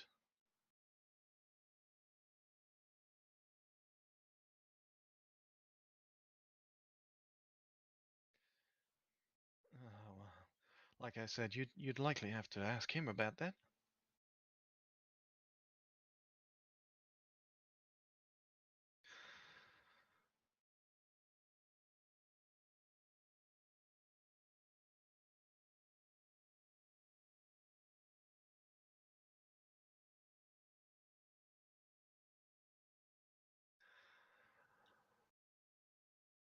As you leave, she gives a very heavy sigh and begins sweeping the floors again, longingly gazing at her empty shelves.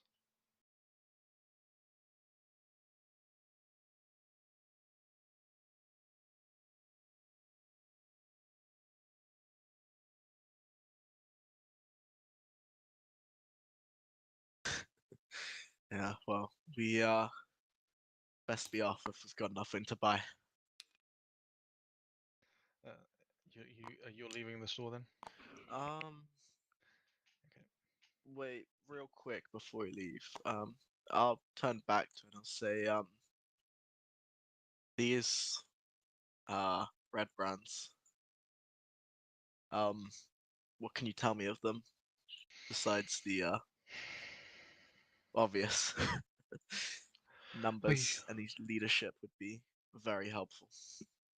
Well, you haven't been here all too long, so I think it might be time for them to come out of their little hidey holes at the tap house and greet you themselves. I think you'll get a good general gist of their numbers if you manage to corner one of them. I have a feeling that they're cowards by nature. They always take people on in large groups, and it's never a fair fight. Mm, we'll have to pay a visit to the tavern later. Do you leave with that? Yeah. Okay, as you leave, you give one last look at the building, looking at the lion shield Costa that you had seen before on the provisions in the cave. Oh. You know what? I won't leave right now. As I was it. What? Really? You won't leave It- now that I've smacked you It over the head? Yes, with it the took slapped you. me hard It enough. didn't I'll genuinely remember. take you guys that fucking long to realize that those were the stolen goods. Now I got other shit to think about. I So you guys are just I greedy was fucks. slowly- Okay. I was slowly being less and less subtle with it. Jesus Christ. I got a lot of things I want to do. Right. So God damn it. you spot the lion shield coster and you burst back into the doors. What do you do? As Actually, no. Bex pointed out a very good point. What? Well, Mm. they're in the cave, and there's no way of transporting them out without that wagon. So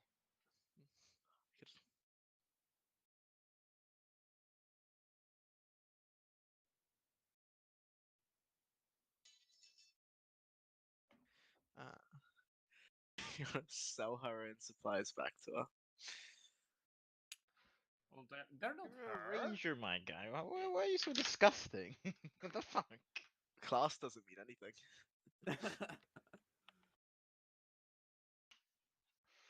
oh, Very right. based. How are you going about this after I've given you a concussion with how hard I've hit you with that fucking exposition? Harder. No. Mm,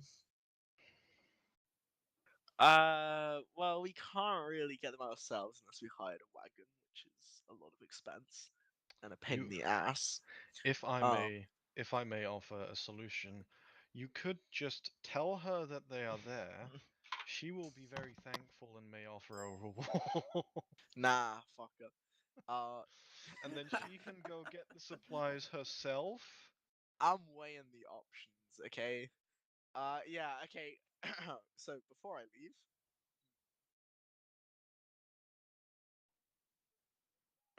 fuck it. I go back in. All Does right. that mean You Mako is go worth back 50 in, gold pieces? and Lenen, she snaps her head around to look back at you as you burst through the doors. She says, You back so soon?" yeah, it's just dawned on me. You mentioned well, you gave the impression at least that you're waiting for a caravan. While Wagon. trekking down the road north of here, we came across a goblin hideaway with some supplies bearing your mark. Yeah, I can mark it on a map for you if that would be best, and you can send someone to retrieve them. Oh, thank you. Because now I can fucking give you your reward for it. Yes. So she jumps up with joy and she runs away at Oh first fuck! without having said anything, but she comes back with a fairly hefty sack and tears almost streaming from her eyes. She says, "Oh, thank you so much, thank you," and she shoves the coins into your hands. Um, oh, I'll get a party together. I'll get a wagon. I'll go get them right away. I'll finally be able to sell things. More than these dusty old weapons, anyway. You've been a great help, stranger. And then she goes back into the back rooms. Ooh, how much coin is that? You feel the weight of this coin sack, and you open it up, and it is 50 gold that is in your hands right now. Interesting. That I can't be split into 6. that is very frustrating. Who wants to would've take Yeah, the cut? can't be split by 6.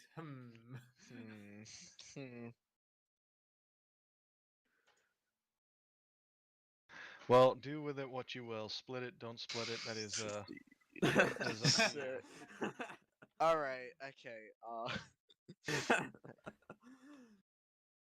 It's 8 Okay. gold, So I give everyone 8 pieces of gold.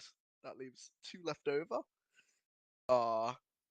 And you know, seeing as wait, who actually needs money though? I'm not getting money in the foreseeable future. I give it to I give the 2 leftover gold. I give it to Marco. Buy yourself a nice cloak with it, and then I can have mine back Does Mako give cloak back now or later? once you've got your own. Okay, I hold on to your cloak. Although it do be kind of tight in the chest area, Birdman. Gold pieces. Not everyone has the half orc build. Ah. Nice, built like a milk carton, didn't you hear? How it's been like 50. I'd say it's been like 15 to half an hour, right? That should be Oh yeah, it's been like a good couple of hours. It's so you set Alright. off. It's like I'd say it's about midday now, going into early Gonna afternoon. I'm gonna I'll stop prayer. I'll finish it and then turn to the sister. Is there an orchard nearby? Oh why yes, it's right over yonder, and she points over here. Very cool. Um thank you, sister. It's quite the lovely shrine you have here. I still have some business to attend to. I hope to see more of you later. And I'm gonna go up there and have a little chat. She graciously bows as you leave. What kind of orchard is it? Yes, that is the question, is it not?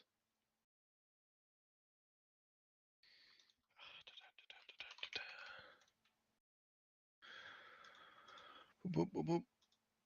It is an apple orchard, with a quaint little cottage off to one end of it.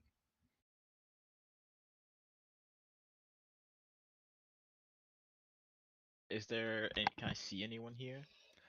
There is no one outside, though through the curtains of the cottage you can see movement on the inside. Okay. Is there any like no trespassing signs or no like? No, you get the general gist that it's quite open. There's no sign saying get off my land and whatnot. All right. I'll enter the orchard and I'll have a little feel for things if you know what I mean. Mm-hmm. Yes, it's simply an orchard. The orchard itself is not very special. It's very well maintained, with plenty of apples almost ready to harvest. Uh, the cottage, it's small. I believe I said it was quaint. It's quite tidy, very well kept. Things aren't very much out of place, and anything that maybe maybe looks untidy is almost intentionally so. It's very well sculpted, the area that you're in. All right. Um. Ooh. So it's been like it's not undisturbed nature. It's more controlled. Yeah, exactly that. Okay. Bushes are well trimmed and the grass is well kept.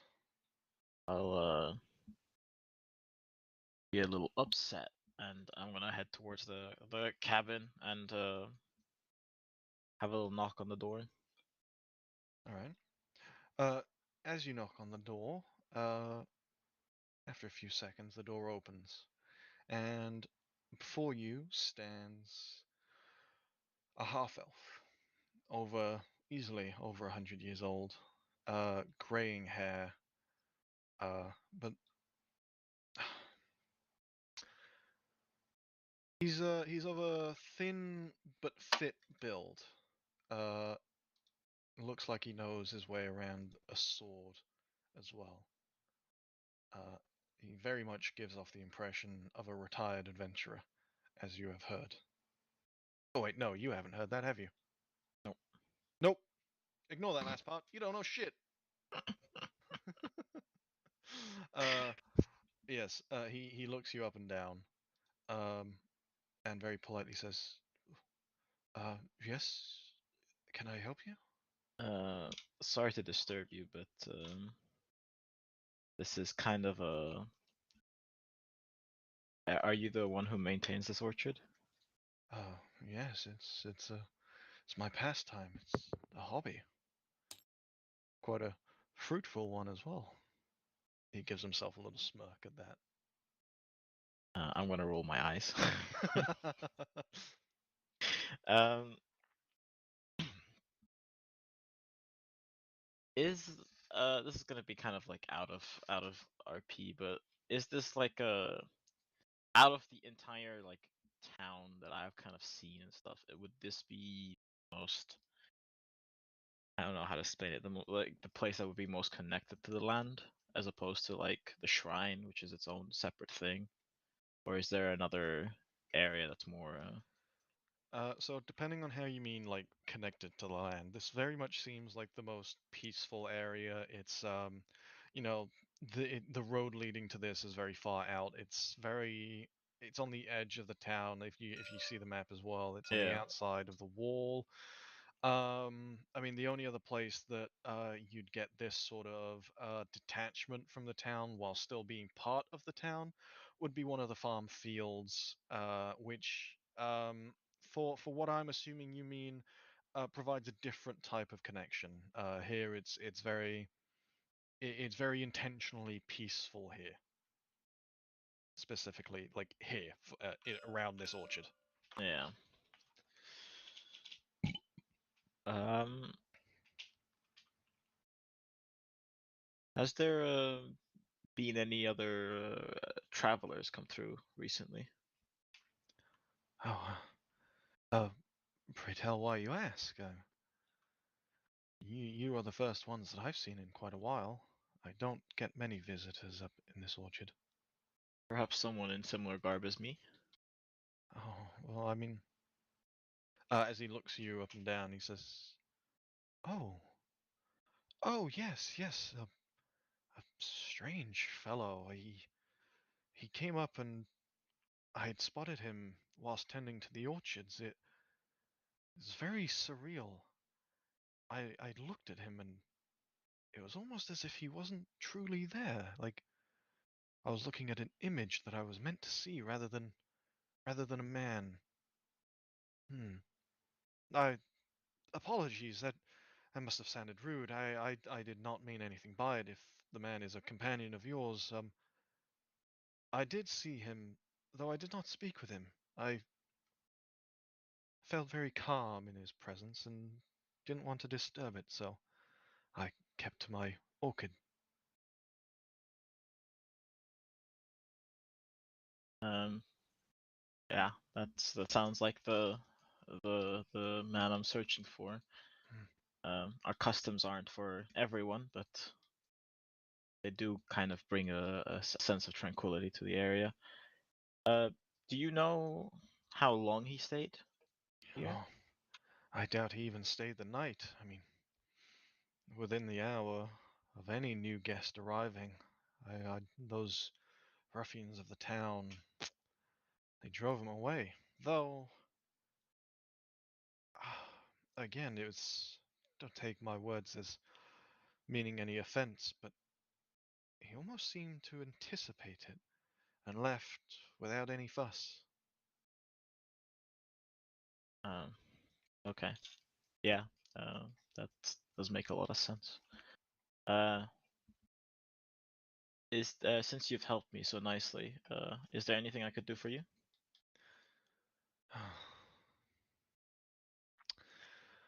Oh, I wouldn't want to burden someone I'd only just met. But if you really do insist, there are plenty of troubles around the town. Helping out the townsfolk would put me at ease as well, knowing that they are safe from any threats, both inside and. Oh, yes. There are some ruins around here. They're known as the Old Owl Well. I'd heard of some prospectors going around and I'd even seen them on some of my own travels. Uh, what's disturbing isn't the presence of the prospectors themselves. No, it's they've been chased around by undead.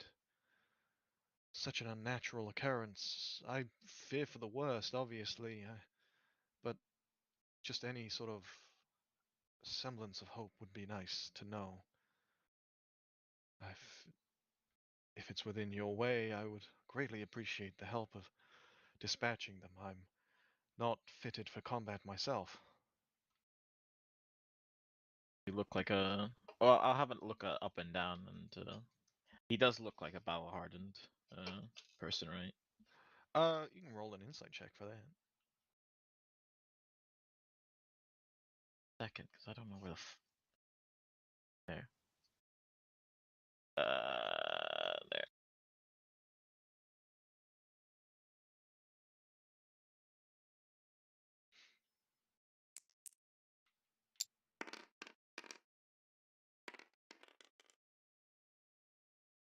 $18. Oh, yeah. So he's hidden it quite well, but you can see beneath the veneer of the very calm man, you can tell that he's battle hardened. The way that he carries himself and the way that he stands in his door, the way that he looks you over, you can tell that this man is a man of experience, and that he is most certainly ready for combat if the push comes to shove. Though you know that he did mean it when he said that he felt that he wasn't. So it probably wouldn't be best to push him towards such an extreme. You look like a man who's seen his fair share of battles. I'd be more than willing to let you sit this one out. Thank you very much. If you would, I would definitely not ask you of this without any reward. I'll surely find something around here to give if you were to take care of whatever is troubling the ruins.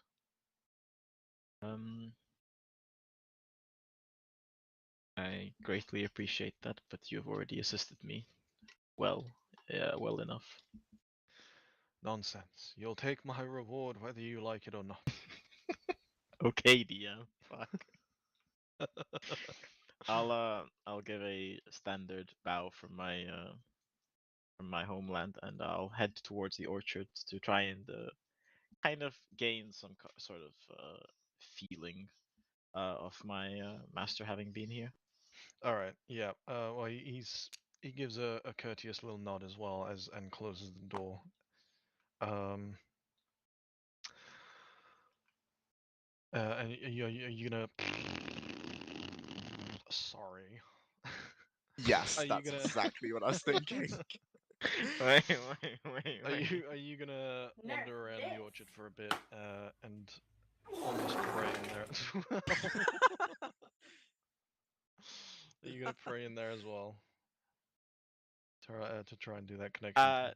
Yeah, but I'll do like a slightly different kind of prayer. I can roll for it if you want. It's not that interesting. I'll keep it hidden for now from the rest of the players. All right, that's fine. Shall we? Are we okay? Unless there's anything else you want to do, and Aaron, are we okay with moving to everyone else? Yeah, I'm just trying to think. Did any of the party see me leave towards the orchard? Because if they get into shit, I don't want me to be kind of like far away from them and they can't really tell me. I mean, So Beck might know. they're hanging around the entrance, which has line of sight of Alright. the Shrine of Luck. So if anyone would like to retroactively say, "Oh, I saw Zanea move along the main road and then down to there," that would be fine. Nah. Fuck off. Okay. I'm gonna go to that other EDL member and we're gonna start a fucking party, okay? No. Just watch yourselves. He does. Harvin actually does look like a fucking EDL member. Whoa! Spoilers! Wait. I'm joking. All right. Okay. Well, with that, we'll go to the rest of the party. Is there anything that you would like to do?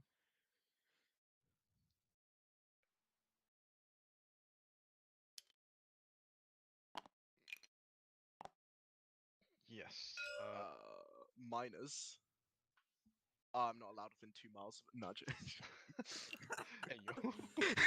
Hey, yo. What has Hoot Hoot done to the miners? What the fuck? Wait, which type of miners?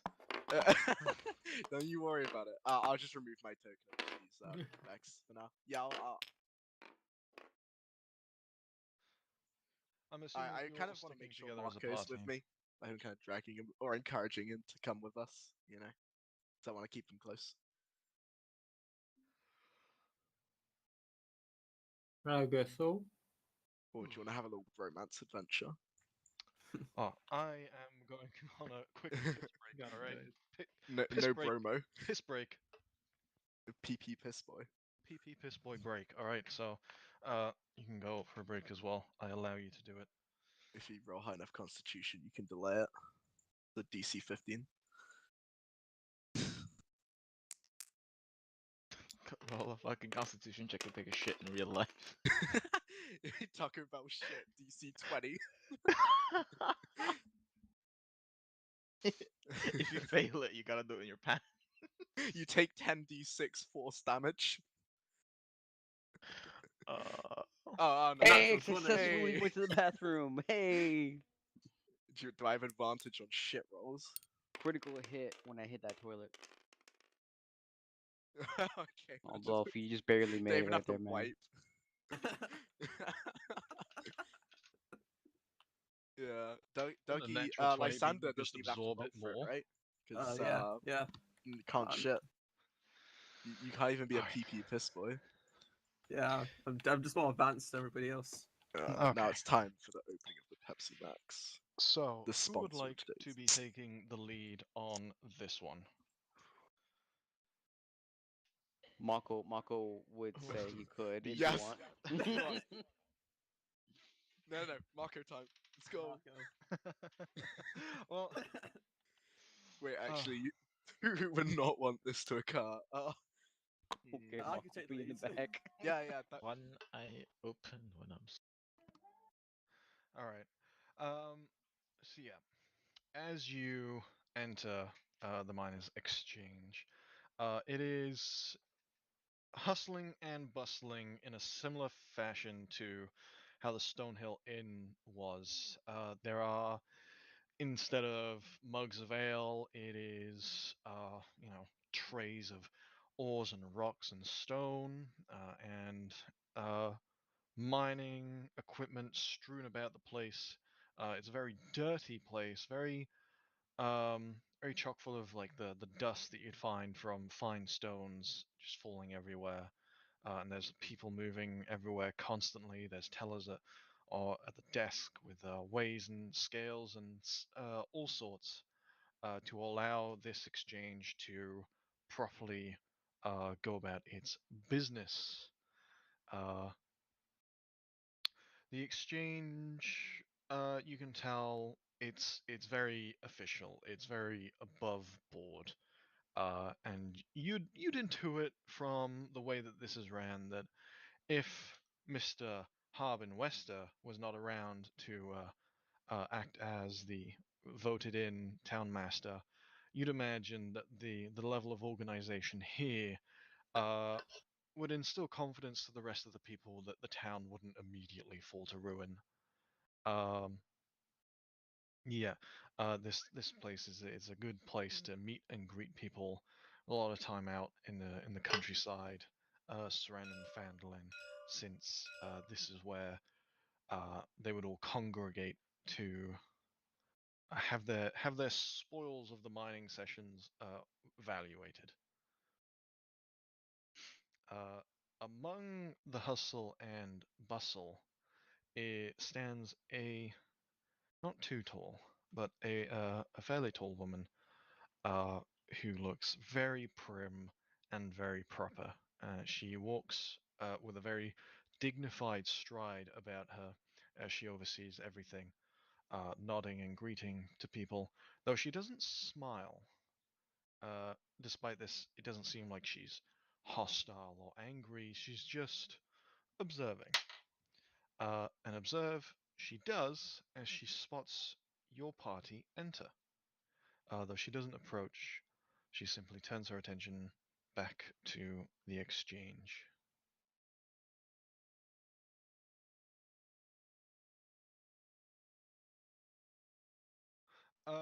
Everyone else has not paid any attention to you, so at the very least, you feel that she was the only one that would have conversation with you. Everyone else would be too busy going about their own way, trying to cash in, so to speak.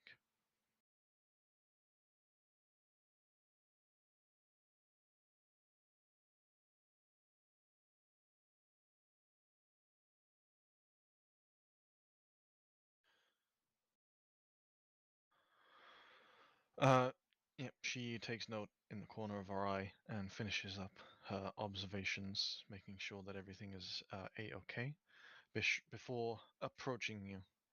And she looks at you, expecting you to begin the conversation.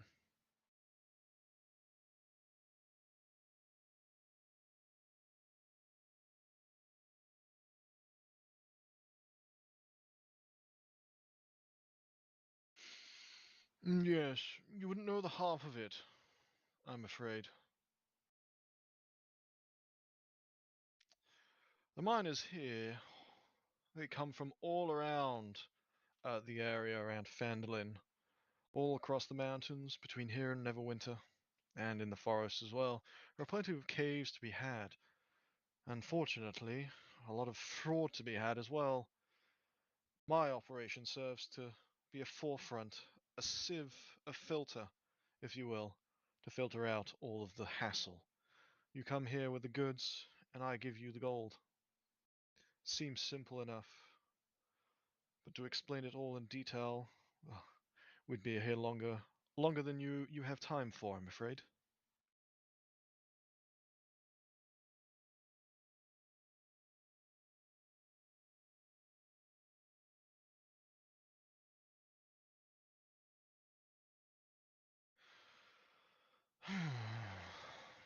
uh, oh, here's something. Roll a persuasion check.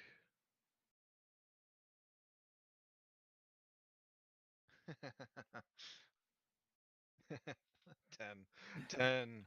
Ooh. She gives a small, quick grin that she quickly wipes off and turns back to you and says, "Hmm, yes, it does seem that they've been keeping to themselves. Quite a shame, really. I would love the company. As you can see, I'm ever so lonely over here. Though as to the real reason as to why they are leaving me alone, I couldn't possibly tell. Though they are a menace nonetheless, they do drive away prospectors that would otherwise be bringing their wares to me. So, in a sense, they are already affecting me, and I would appreciate them gone."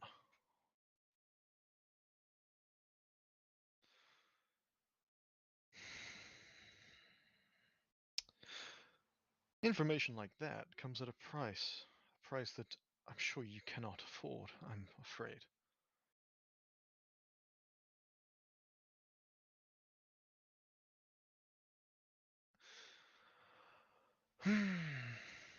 She ponders. She ponders and ponders and ponders. Hang on. Fucking Chrome is not paying attention to me right now. Yes,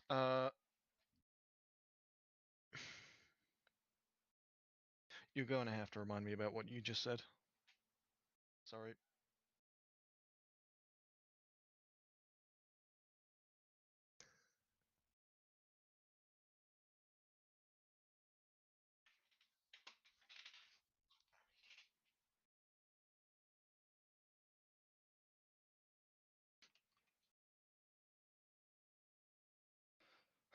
What, you offer to indulge their desires, do you?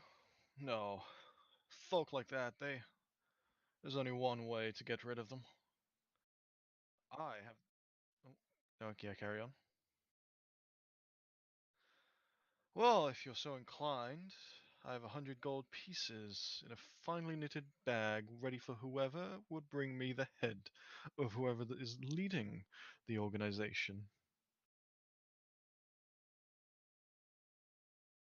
We know that one. It's been mentioned to us, yeah. I can't remember. I'm 99% sure this isn't. Yeah, we got told it was. Yes, Yeah. you were told that the red brands I'm often not saying the name mention in case an I fucked up. individual by the name who goes by the name Glassstaff, who hides up in Tresendal Manor. I will give you that one because I did mention it back in Stonehill Inn. Yes, where were we? You're not allowed to do that. Don't derail me. I can't think. I can't Sorry. think. Uh,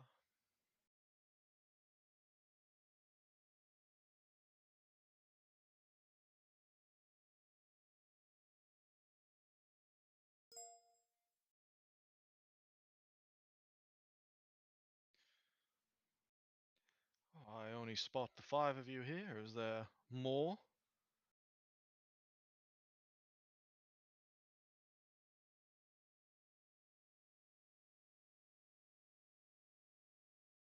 Oh, well. Don't misconstrue this as me worrying about some random adventurers who just happen to wander into the town, but take my advice and do not allow them to split off one by one. The Red Brands, though they have not dealt with us, I have seen their dealings with others in the town. They do like to gang up. I suggest you stick together while you stay here. And only. It has been a while. Okay, I'm sorry. Let me start that again. Yes, let me start that again. Uh, she advises that you don't go off one by one, and she says, only once you've killed the leader will the rest disperse and make this town a safer, more enjoyable place.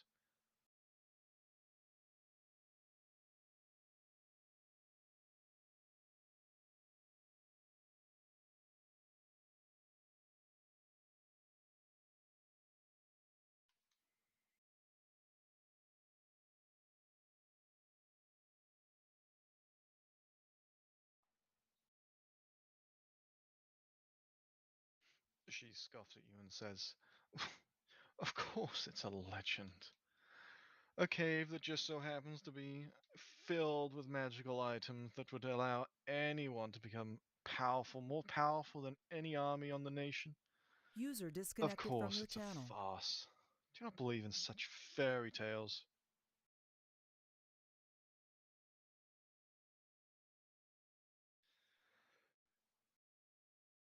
Such fanciful ideas are the work of fools who do not want to work for their ideals.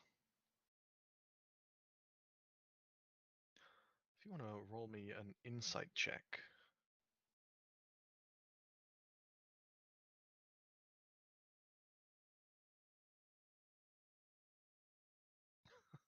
Uh, yeah, 3, yeah.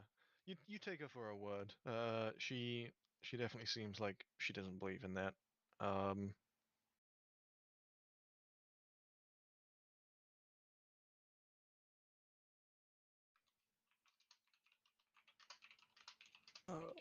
Nah, she seems like a dick.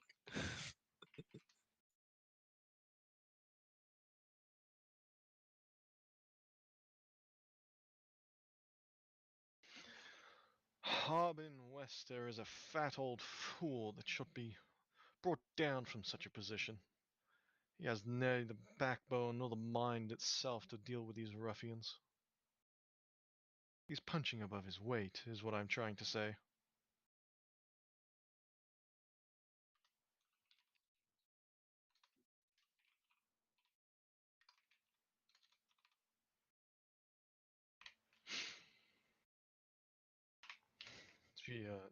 She nods in agreement.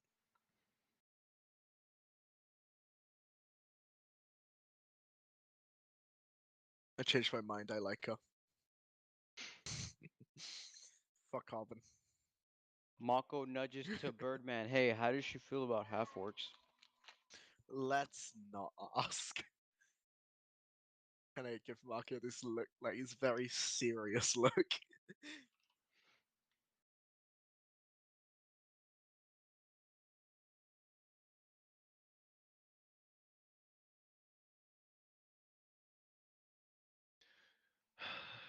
In the same manner as the Red Brands have, their disturbance of the tribal trail has sent many prospectors looking elsewhere to cash in their goods.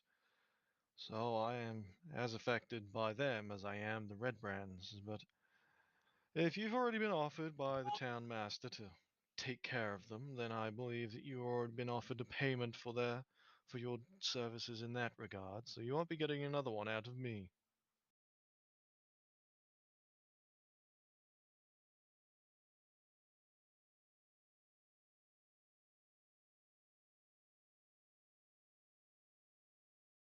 Nah, I make my way out as well. I kind of tracking Mark along with me.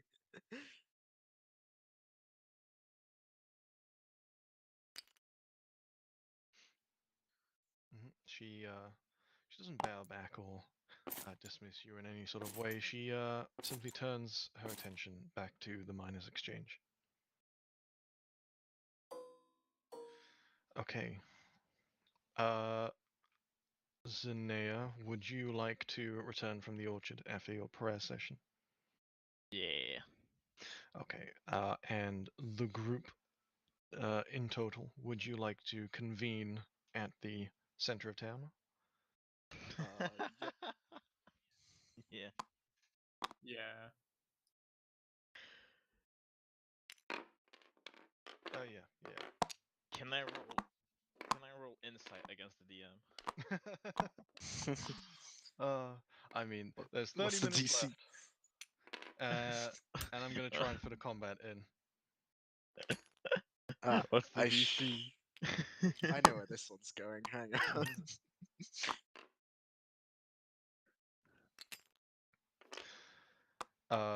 Okay, right. Yes, Beck, you are approaching Sister Garel.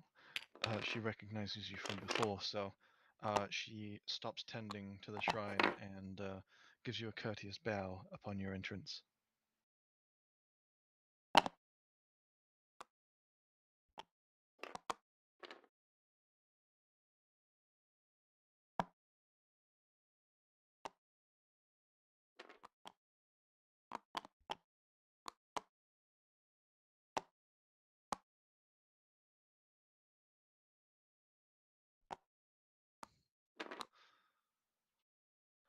Yes. Yes. Hang on.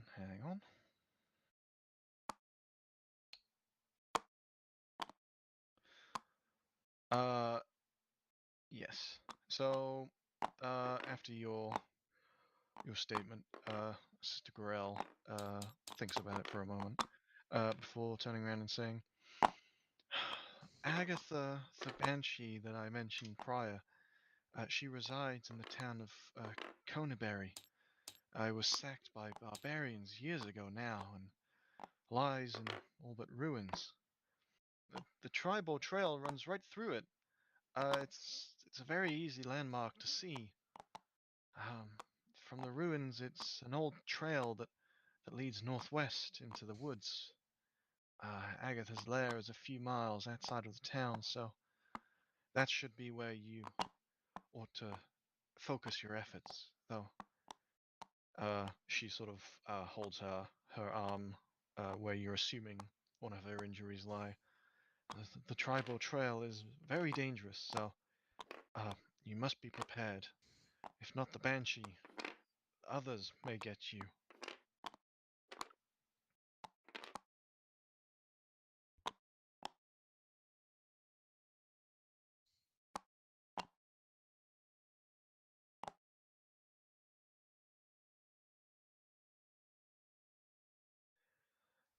Again, I would ask that you not pry about it. I would like to keep it private.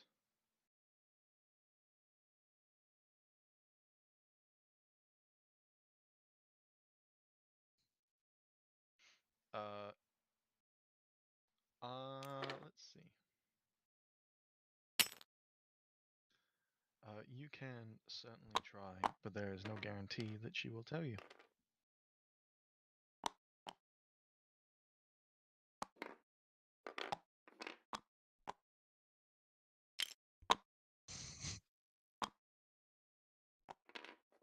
Yeah, no.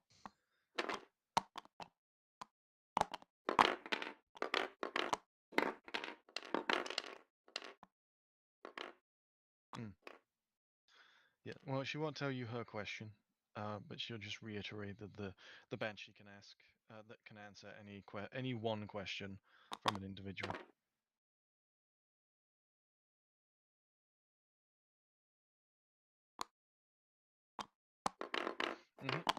All right. So you're all stood in the middle now, and you're all reconvened. I shall put the Play party the tracker Pokemon down. trainer again. music. Someone say something.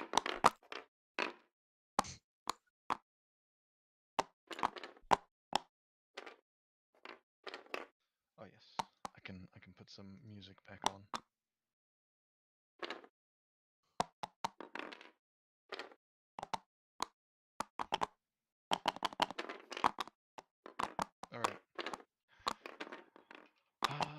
are we all still here? Yep. I know some of us are very eager to get some Yep. action in, as evidenced by the fact that they are drawing thousands upon thousands of feet of lines, making quite the ruckus at the same time.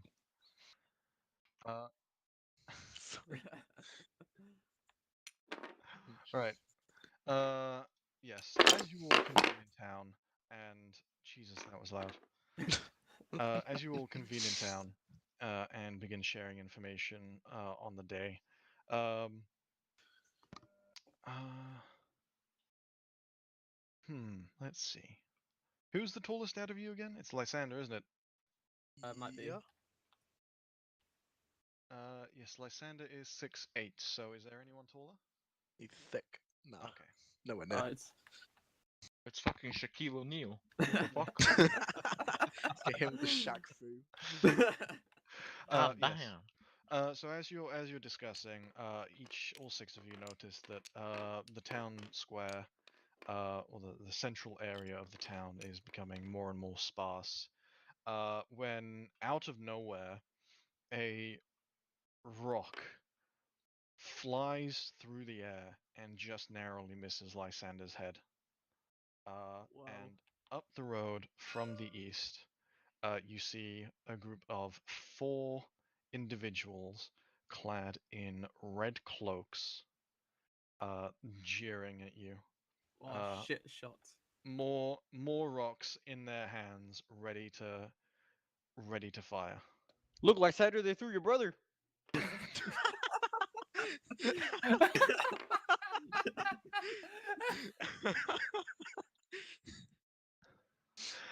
Yeah, the Emotional damage. the ruffians in red are jeering at you, spitting on the ground, saying, "Go on, run, you dogs!" And throws another one. This one misses completely and lands short, unfortunately. Though the other 3 are beginning to walk away. For now. Are they They're just gonna doing walk dumb? away after that. No, fucking not walk away. What am I thinking? What am I thinking? I don't know. What Uh, are you thinking? What am I thinking? Yeah. I roll insight to see what the DM's thinking. Fuck. I roll insight to see what the DM's thinking. Yeah, just... Right, Yes. How many did I say that there were? There should be 4. four. You Yeah, said 4. Or Yeah. So yeah, two of them begin fucking just pelting you guys with rocks, while the other 2 laugh and sort of jog away up the road east. I cast aren't a firebolt in return. You cast a fireball in return. Can you imagine fucking firing a gun at like football hooligans? Like this is this is the literally- equivalent of like being in a riot. Someone throws a coke can at you, you just Yeah. fire a pistol. I at mean, them. yeah, they're American police confirmed. They are wearing like red cloaks, but they're not like full cloaks. They're tatty. They're almost like tatty, scrappy scarves that can be pulled over the head.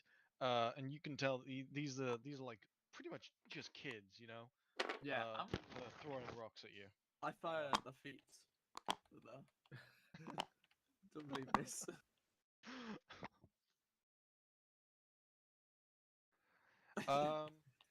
No, just like clubs and whatnot. Do we These wanna- guys are nothing serious. They're like they're young. They're like pretty much teenagers. do we wanna? What would you like to intimidate? What would you like to do to intimidate them? Mako roars. No. Okay, No. and what? No, wait, no. All right. I'm gonna take that. He's a hidden half orc that's just about to roar in the middle of a fucking town that hates half orcs. Yeah, just No. hates They're orcs in gonna get general. lynch mobbed. All right. Uh, so if someone would like to describe what they do to intimidate these kids, I am gonna use Earth Tremor, which makes the ground like below their feet shake. I'm trying to like I'm not trying to hurt them. I'm just trying to like shake them down, possibly to make them fall prone, so we can catch up to alright. them. Yep. Let me just see. It's Is that just like a guaranteed shakes the ground? it's guaranteed shakes the ground. They have to do a dex save if they fall prone. If they fail it, they take a 1d6 damage. But I'm not trying to kill them. Okay. It's all right, more of a yeah. like scare shit. Yeah, because these guys are commoners, all right, on the stat Yeah, block, I which know, I means know. 1d6 can kill them. I know. That's why I'm killing. Not lethal. Luckily, not they lethal. both actually save. Since your save DC is 12. Yeah. I cast So, Vanguard's Edge.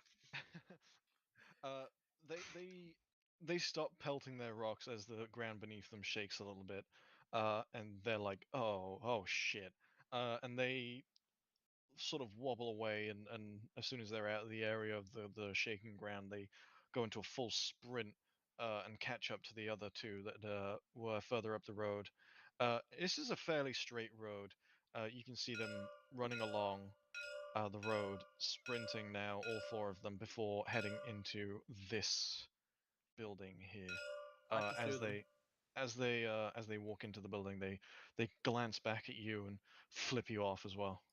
All right, let's. I I think move it's towards time to them. kick some ass.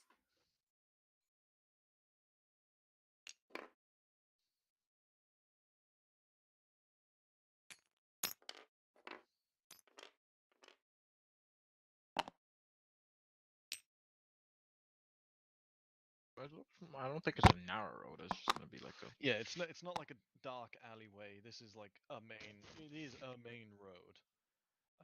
It can fit a caravan. Yeah, I don't know if it can fit the Cart! party tracker. I'm hesitant to scale this up. Right. So Do we really care? yes. really So care as about you some are approaching ruffians? this building, I'm Damn. gonna. Okay. What'd you say? I was wondering, do we really want to pursue a bunch of kids that threw rocks at us? Like, is that Yep. Yeah. priority. Child stone throwers. Yeah. Mako Good already luck had now. bad reputation. Okay. Right. I've blindfolded you. Kinky? Can I? At least take Would me you out to dare dinner take that first. off? Yeah. Uh. Hot. Right. Okay. So this should work. Okay. Roll me a Right. charisma check. Let me go ahead. I've taken that off, right? Okay. Are you able to see?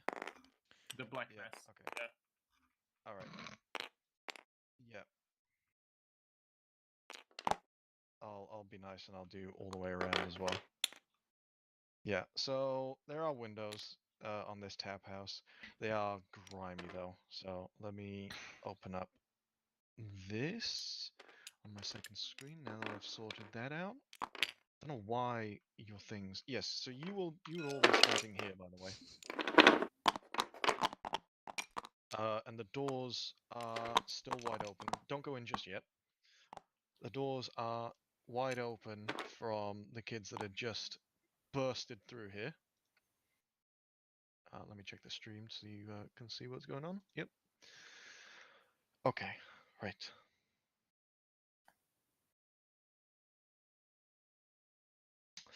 So, yeah, this is a dirty, dangerous-looking watering hole at the end of the main street. And you can tell that this is the stereotypical frequented by the ne'er-do-wells type of establishment.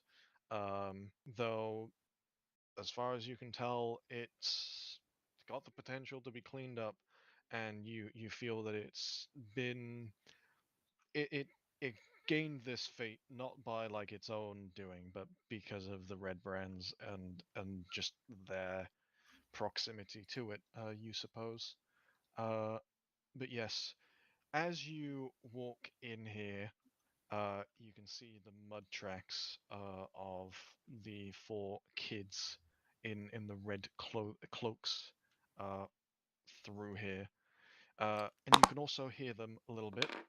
Oh Jesus Christ! Yeah, careful! You don't fly over walls. I think you missed that part at the start, Aaron.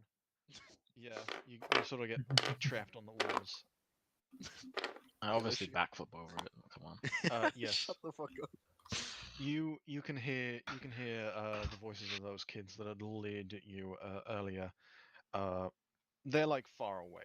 They have likely left the building, so they've ran through. You can actually see properly that there's like another set of doors there. So they've ran through those doors as well, User joined your channel. and have made their great escape through the sleeping giant tap house.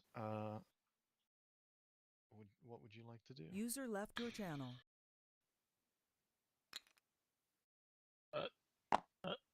Okay. Gonna Can I right before that? Can I just move here and look through the window? Yes. So right before that, you do that. Fuck, I can't find the setting for it. There it is. Okay. Right before that, you do that, and you see into the rest of the building. It's got not as much of a space as the Stonehill Inn, though you wouldn't know that since you never entered it. But more importantly, you have 4 individual. Sildar, what are you doing here? He's a traitor. She's Traitor! Sildar was not meant to be there, okay? He's still at the Stonehill Inn, alright? Sildar, what are you doing? Oh my god. Oh my god, Oh my Sildar, god. step Yes. Sildar. Stop. He's stuck in the tavern. Yeah, so can you Bruh. see these 4? Yeah. Yeah, alright. So, Zanea, you see them, and Can I they can I warn back right before? Can I have like yeah, a because you're like you're a- seeing these. These Yeah. are not the kids that just threw rocks at you. These are like, my I man? mean, I mean, my brother in Christ, I've colored them red. Sorry, the man who fought a party member is hostile is now having second thoughts about some fucking guys. Right, yeah, but Zanea, Wait, you can Zanea's warn red. back. Beck, you can choose to I'm a do bad what bitch. with that information with what you will.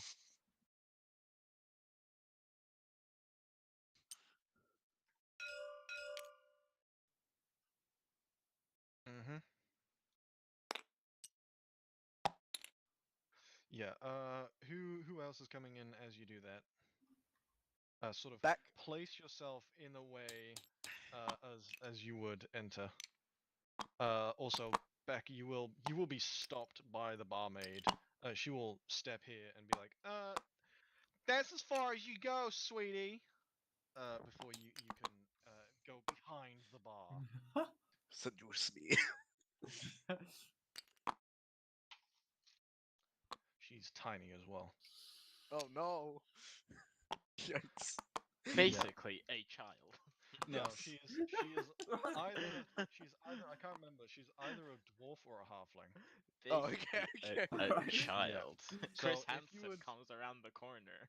Yeah. Okay. What's the morality of a halfling? Chaotic evil. No, I'm kidding. I'm kidding. All right. As you walk up, Beck, the barmaid stops you before you're able to, go behind the bar, and stops you from going there. Yep. But more importantly, the men at the table, one of the closer tables to the door, this one here, they all turn on their seats towards you, and sort of glare at you for a second, waiting for someone to make the first move.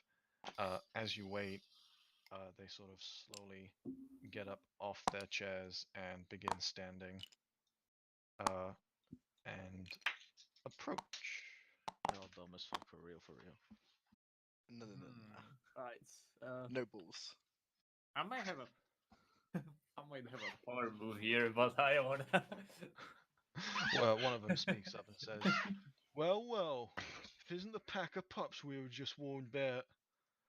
Turns to one of them and says, what should we do with them? They're visitors and all. I think we do to them what we do to all of them. Yeah, it sounds like a good idea. Alright. As I hear as Troll hears that, he sort of turned to Lysander and he asks, trying to like mimic the voices of the ruffians. So do we want them dead or alive? With that, you're gonna roll initiative. Alright. Our party is just fucking suicidal. I don't get it. Like, try the diplomatic option every now and then. Holy shit. We Never. outnumber them. It's fine. 6. 20! You got a I rolled 6. a 20! Oh. Dexterity modifier. Currently, you shouldn't have anything that changes your modifier to it. Yeah.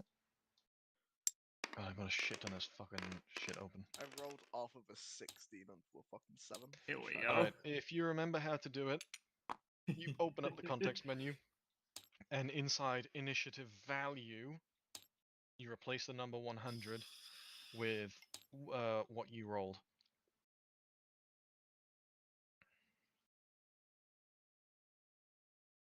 Alright, so that should be everyone.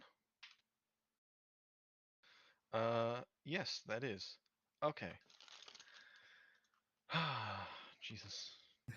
All over the place. First up on the docket, you have Throlf. All right. I wanted to use this spell a lot, and I didn't get the chance before. Throlf is gonna. Oh, music. Okay. Wait a second. I want to put it on louder. I love this track. I'm very original, okay? No, but it gives me nostalgia. Yeah, precisely. Throlf is gonna like. Let me just make sure. Okay, yeah. that's what you're playing. Throlf Joined is your gonna Throlf is gonna like pull out his water jug, like take a little bit User of the disconnected water, from your channel. sort of like whisper to it, and you can see a piece of shard for like ice shard forming in his hand, and he throws it at this ruffian, Mm-hmm. casting the ice knife. Alright. That will roll an attack, yes? Uh, yes. Let me just roll you one. Oh, I should. No, what? I should do it here. Goose, I hate to be the bearer of bad news, but I'm probably gonna have to take off soon. How Like the end soon? of op time, like at the end of op time, which is End of uptime. 3 minutes. Yeah. yeah. Hmm. Okay. It's 20 to hit. 20 to hit, deal damage. Okay, that's okay. I'm gonna deal that here because beyond is fucked for me for some reason. Okay, that's 1d10 to him, which is 10 damage, and Wow. everybody in 5 feet, like around him, including him, User has left to your make channel. a dexterity check because the shard explodes on him as it like touches him, and the pieces of ice scatter around him. Everybody has to make a dexterity saving throw or take a 2d6 cold damage. Okay. These two make the save as they yeah, these two here make the save. This one here does not, so we'll be taking that 2d6 damage, or if you want to roll for that again. Yep.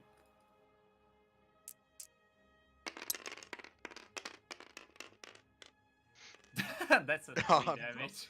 3. Alright, so as this ice shard explodes on him, the other two ruffians use their cloaks to shield themselves from the remaining shrapnel. But this one here, he's very hurt by that. He's just got a hole in his chest now. All right. And as that happened, I'm gonna. I can pass through Hoot Hoot, right? You can, yeah. Okay. Hoot Awesome, Hoot can nice. let you pass. Does Hoot Hoot let me pass? You know what? I'm gonna be a bro. Yeah, All right. And of course. I'm just gonna stand here, sort of like glaring at the guys, trying to like poach them to move here because Mm-hmm. they just got Alright. fucked. Beck. Oh, sorry. One more thing. As a Uh. bonus action, I cast Shillelagh. Yeah, okay. Beck. You are up.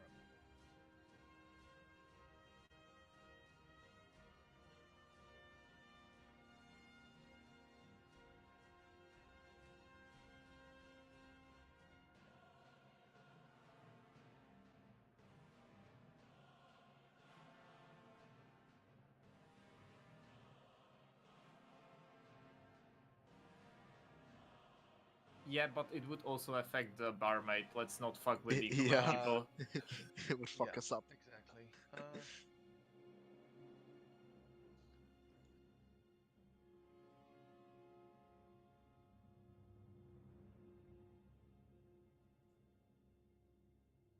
Yep.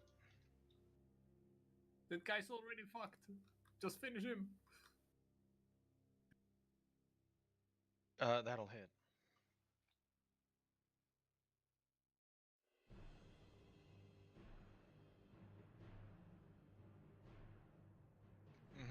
So as you shoot him, he's still reeling from the shot to the chest.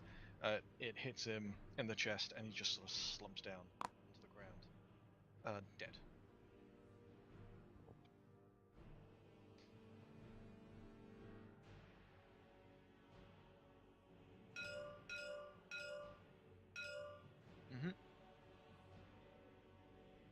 Yep, I know what it is. Don't worry about it. No. Yeah.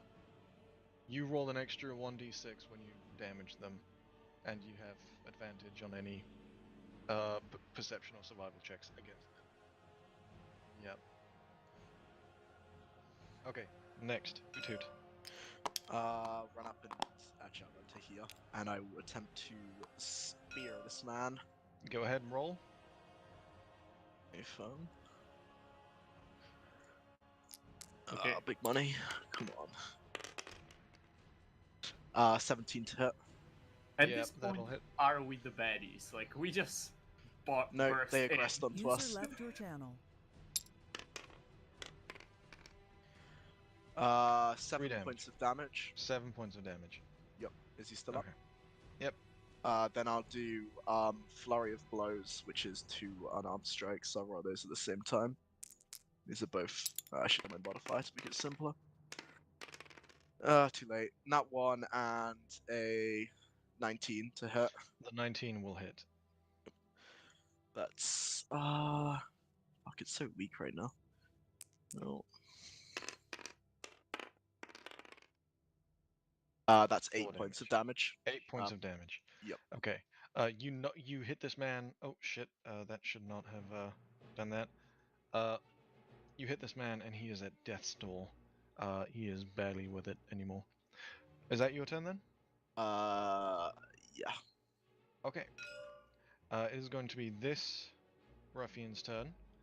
He's going to charge over the body of his fallen brethren, and he is going to make 2 melee attacks against you, Hoothoot.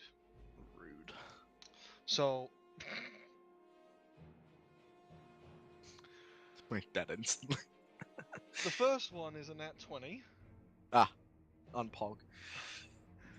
which will crit and he rolls a 1d6 plus 2, so he will be dealing 6 damage plus 2 plus 1d6, which rolled a 6. Loaf, don't worry. It could have been worse. Goose could have told us that they have pack tactics. Yeah, I mean, Like, at this point, I was like, okay. so Sorry, how much was that? You're gonna need to 12. take 14 hits, points of damage. The dice don't like you. That's all Don't I'm worry, gonna don't say. worry. But I'll explain afterwards. he's gonna swing again with his sword, but he's gonna miss that one with a 12. Zanea, it is your turn to go. Shit, bro, I was doing fucking laundry. Fuck. Where am I? Oh. How thick is this window? It's like thick. Not thicker than Mako. Can I rule of cool it? I tell you what, if you jump through that window, you'll take 1d6 slashing damage. But it'll look cool. It'll look cool, yeah. But you're level Fuck's 2. sakes. Can you afford 1d6 slashing damage? Do I get a guaranteed inspiration die if I do it? You know what? Fuck yeah, you'll get inspiration if you do that. You get 1d6 slashing damage though. Now God. you see, I have a choice to make. Do it. Do it. Do it. Do it. Things I can do. I can just. He said the word. Do it. Do it. I wanna No. quickly see something. Okay. Negative inspiration now. I hate this fucking can't backtrack. Yeah. Oops. Is there a way to like huh? Other than being careful, no. Yeah. I love that I can run this far.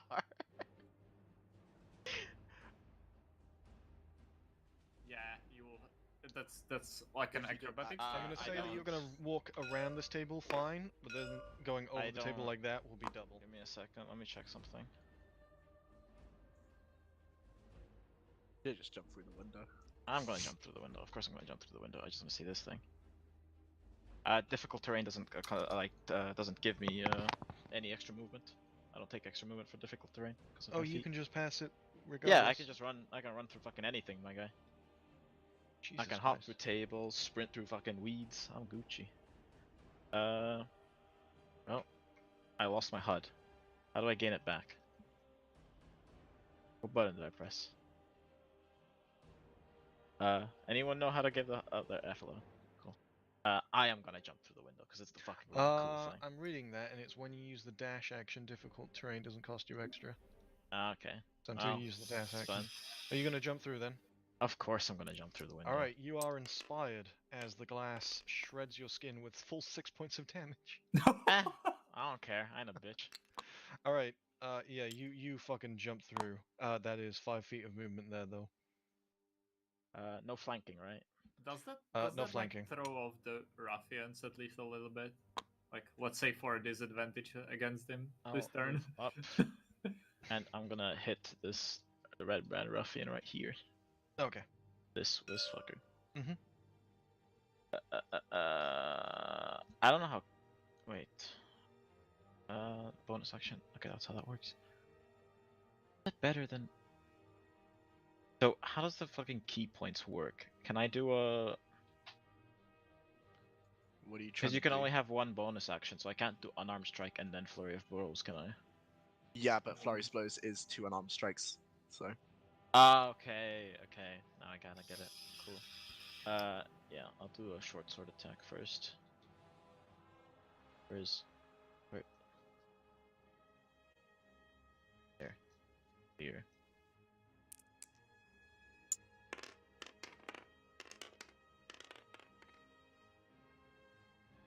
$21 to hit, that'll hit. Yep. And then I have a feeling you won't need the the flurry of blows on him. that's 7 damage. Yeah, he's dead. He's dead? Ah, cool. Unless you want a non-lethal. He's down, and if you lethal, he's dead. If you don't, he's unconscious. I'll non-lethal it. Alright, I'm this a- dude slumps to the ground unconscious as you just smack him in the face a couple of times. I have 40 feet of movement still, so Mhm. we'll run around there, and then we'll flurry of blows this fucker. Okay. Swear to God, if this doesn't hit, I'm gonna cry. Here and come on. Oof. 10 will not hit. Cool. Then Alright. I'm gonna. How much movement have I used? 10 to get through there, and then And there 10 was more. what is that? 15, I think, yeah. 15. Mhm. So I have 15. No, I have more.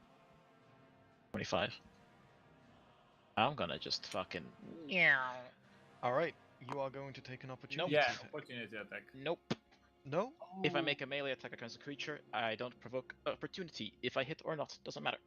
I just don't provoke Oh. opportunity. Which one is this? Mobile. Mobile. When you make a melee attack against a creature, you don't provoke. Oh, yes, you do. Okay. Alright, That's cool. Alright, very cool. That is like swashbuckler rogue or something. Hmm. Alright. Either way, that's your turn. Yep. Alright. Marco. Alright, I get it. I'm gonna do this turn, then I'm gonna have to head off. So I'm gonna jump through the window too. Do I take slashing damage? There's a hole in the window. That window is no longer there, so unfortunately Wonder who not. did that. But you also will not be inspired as a result of it. That's okay. Break through the other window. It feels like There is another. it feels like a Hot Fuzz skit. Ah! No. Try that again. Go there. That's 15. You have to And can I limit stand on top of the dead yeah, body? he's dead. He's unconscious. You can stand on top of him. Sweet. That's my whole movement. I will attack this creature. This guy. You sure? Shouldn't you attack the one that touched your birdman? No, that guy. That man weak. I Yeah. believe Lysander can It's deal with fine, him. it's fine. Rule So, of cool, I do- guys. I'm gonna roll. Let's see what I get. I'm rolling on my iPad. 21. 21 will hit. Sweet. I Is grab my that sword with the bonuses? Or wow. and I raise it above my head and I scream with the power of 11. 11 damage. Yes. The power of 11 is a little bit ambiguous there. Okay. Was that it? Yes. All right. Lysander, your turn. Alright, I'm gonna walk up to this guy Mhm. and I'm gonna cast Inflict Wounds on him. Mhm. Actually, guys, I'm gonna have to take off. I guess Goose, you can take over my character if you can. I can do. Yeah. Okay. I'll Sorry, fill you guys. in I just what gotta take happens. off. See that's ya, fine. Angel. Bye. See ya. Bye. Bye, guys. User disconnected from your channel. Sick vape, bro. Sorry. There's 23 Ew. hits. 23 will hit. Okay. You know, this is like the exact opposite of the last session. We're just like, unless you're Hood Hood, you're just smashing through. Bruh. I fucking love Fucked. my build, dude. I love having 50 movement. It's so much fun. Just run around like a fucking rat. I am just waiting for the fourth like spell 13 slot. damage I'm on just this gonna guy. be like deleting stuff. All right. Will that be your turn as well? Have a look.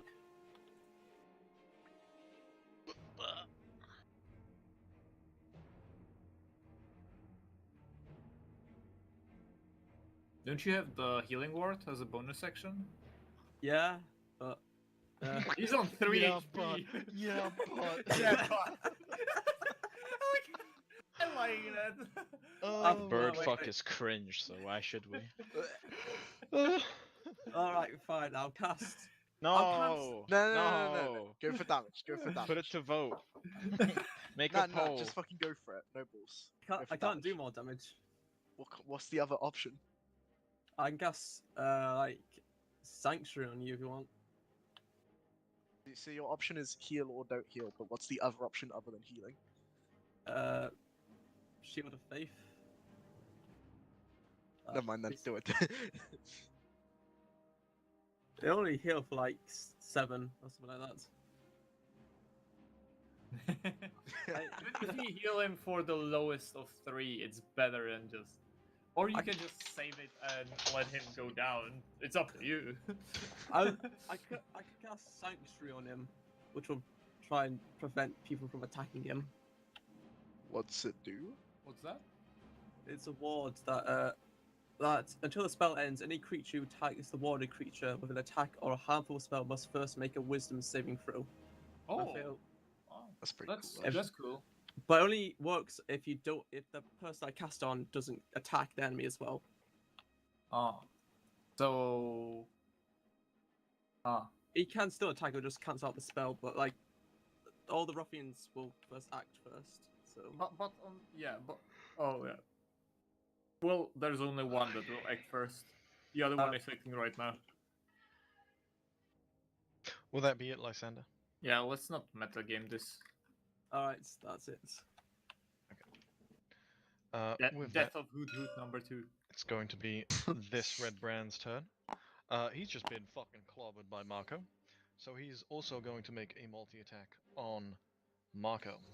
So his first one will miss, and his second one will miss as well as it bounces off of Marco's impenetrable armor.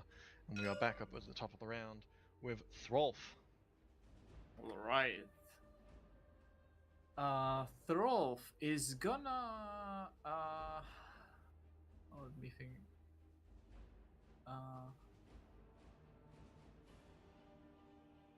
Yeah. Okay, Throlf is gonna hold up this hand, and you can see like a sparkly what's the range? Yeah, okay. Actually, Throlf is gonna first move up. This is no opportunity attacks if I'm looking at it correctly. And Throlf is gonna. I wanna go with. Nah, I'm. Throlf is just gonna smack the ruffian that tried to attack Mako with his quarterstaff. So that's. Let me see. Okay. +5 to hit. D20. Roll.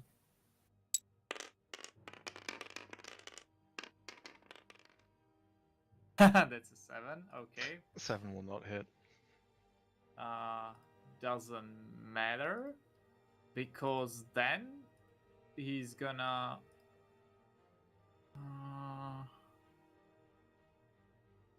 He's gonna hold out his hand against the same ruffian, and as you can see, like him holding out the hand, there seems to be like a substance, and he puffs it to the ruffian.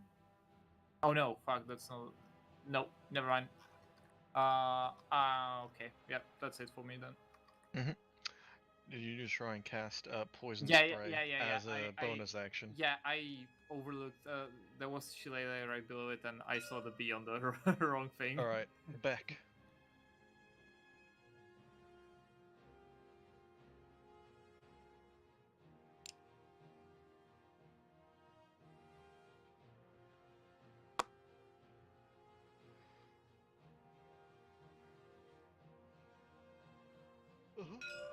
Yep.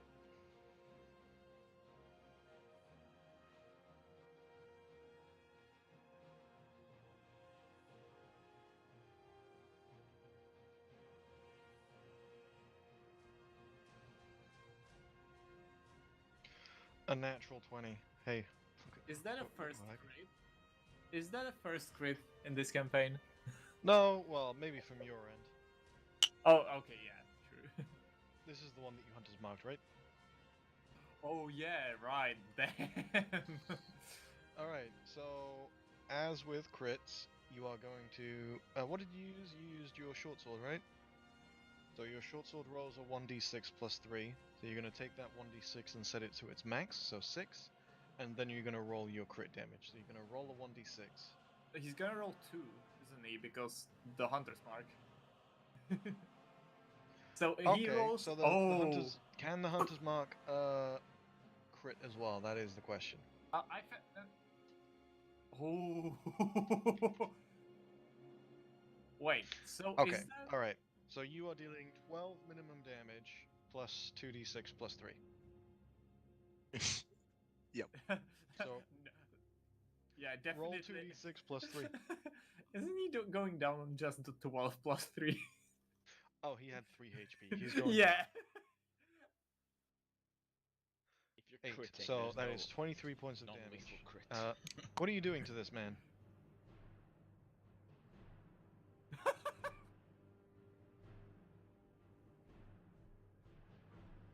Hilt? You want to knock him unconscious? Well, unfortunately, you are dealing 20 points of overkill damage. So he is... Your hilt, you feel that it doesn't meet the correct amount of resistance as it sort of embeds itself into the back of his head, and he falls limp, and he does not breathe.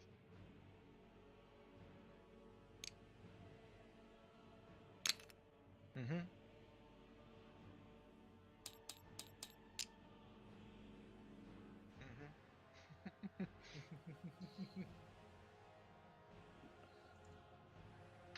What do you call it? Suffering from success?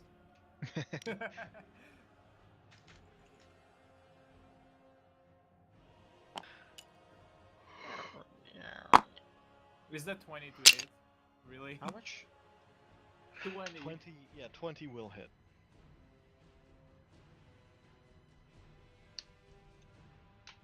Don't forget to say non-lethal.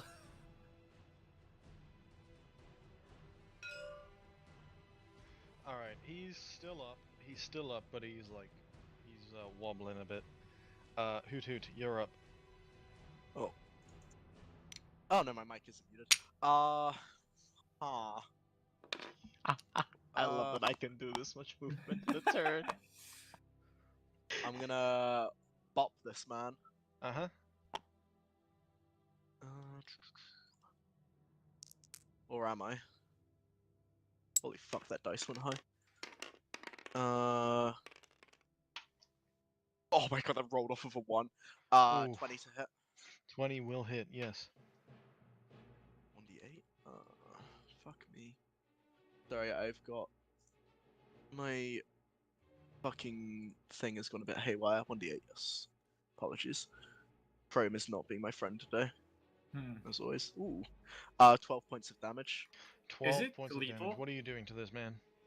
Oh, it's very lethal. Hoot angry. I just spear him, you know, in the chest. Casual. Okay. All the gore, man.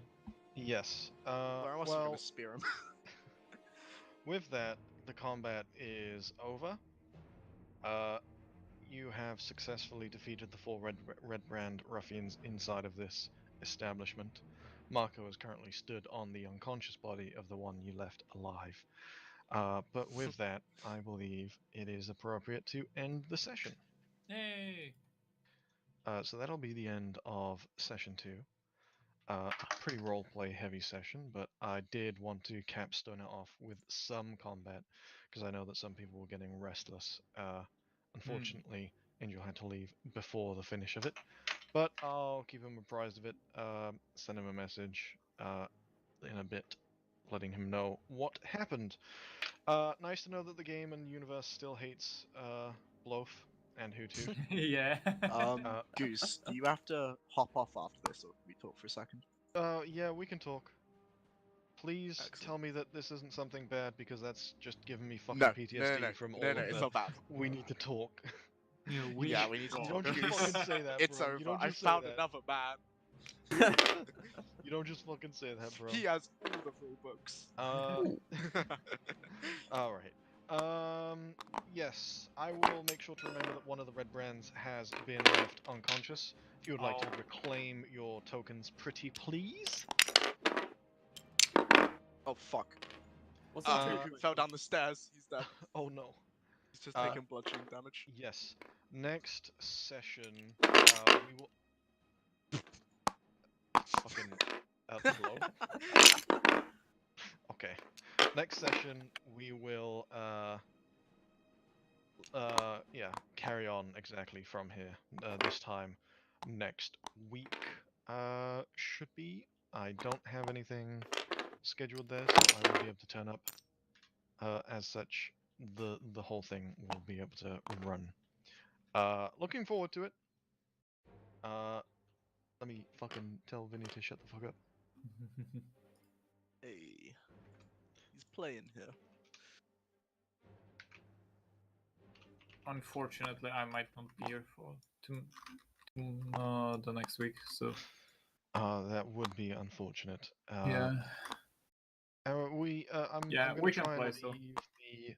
I'm gonna try and end the sessions at like pretty decent spots for like characters to be able to dip out naturally.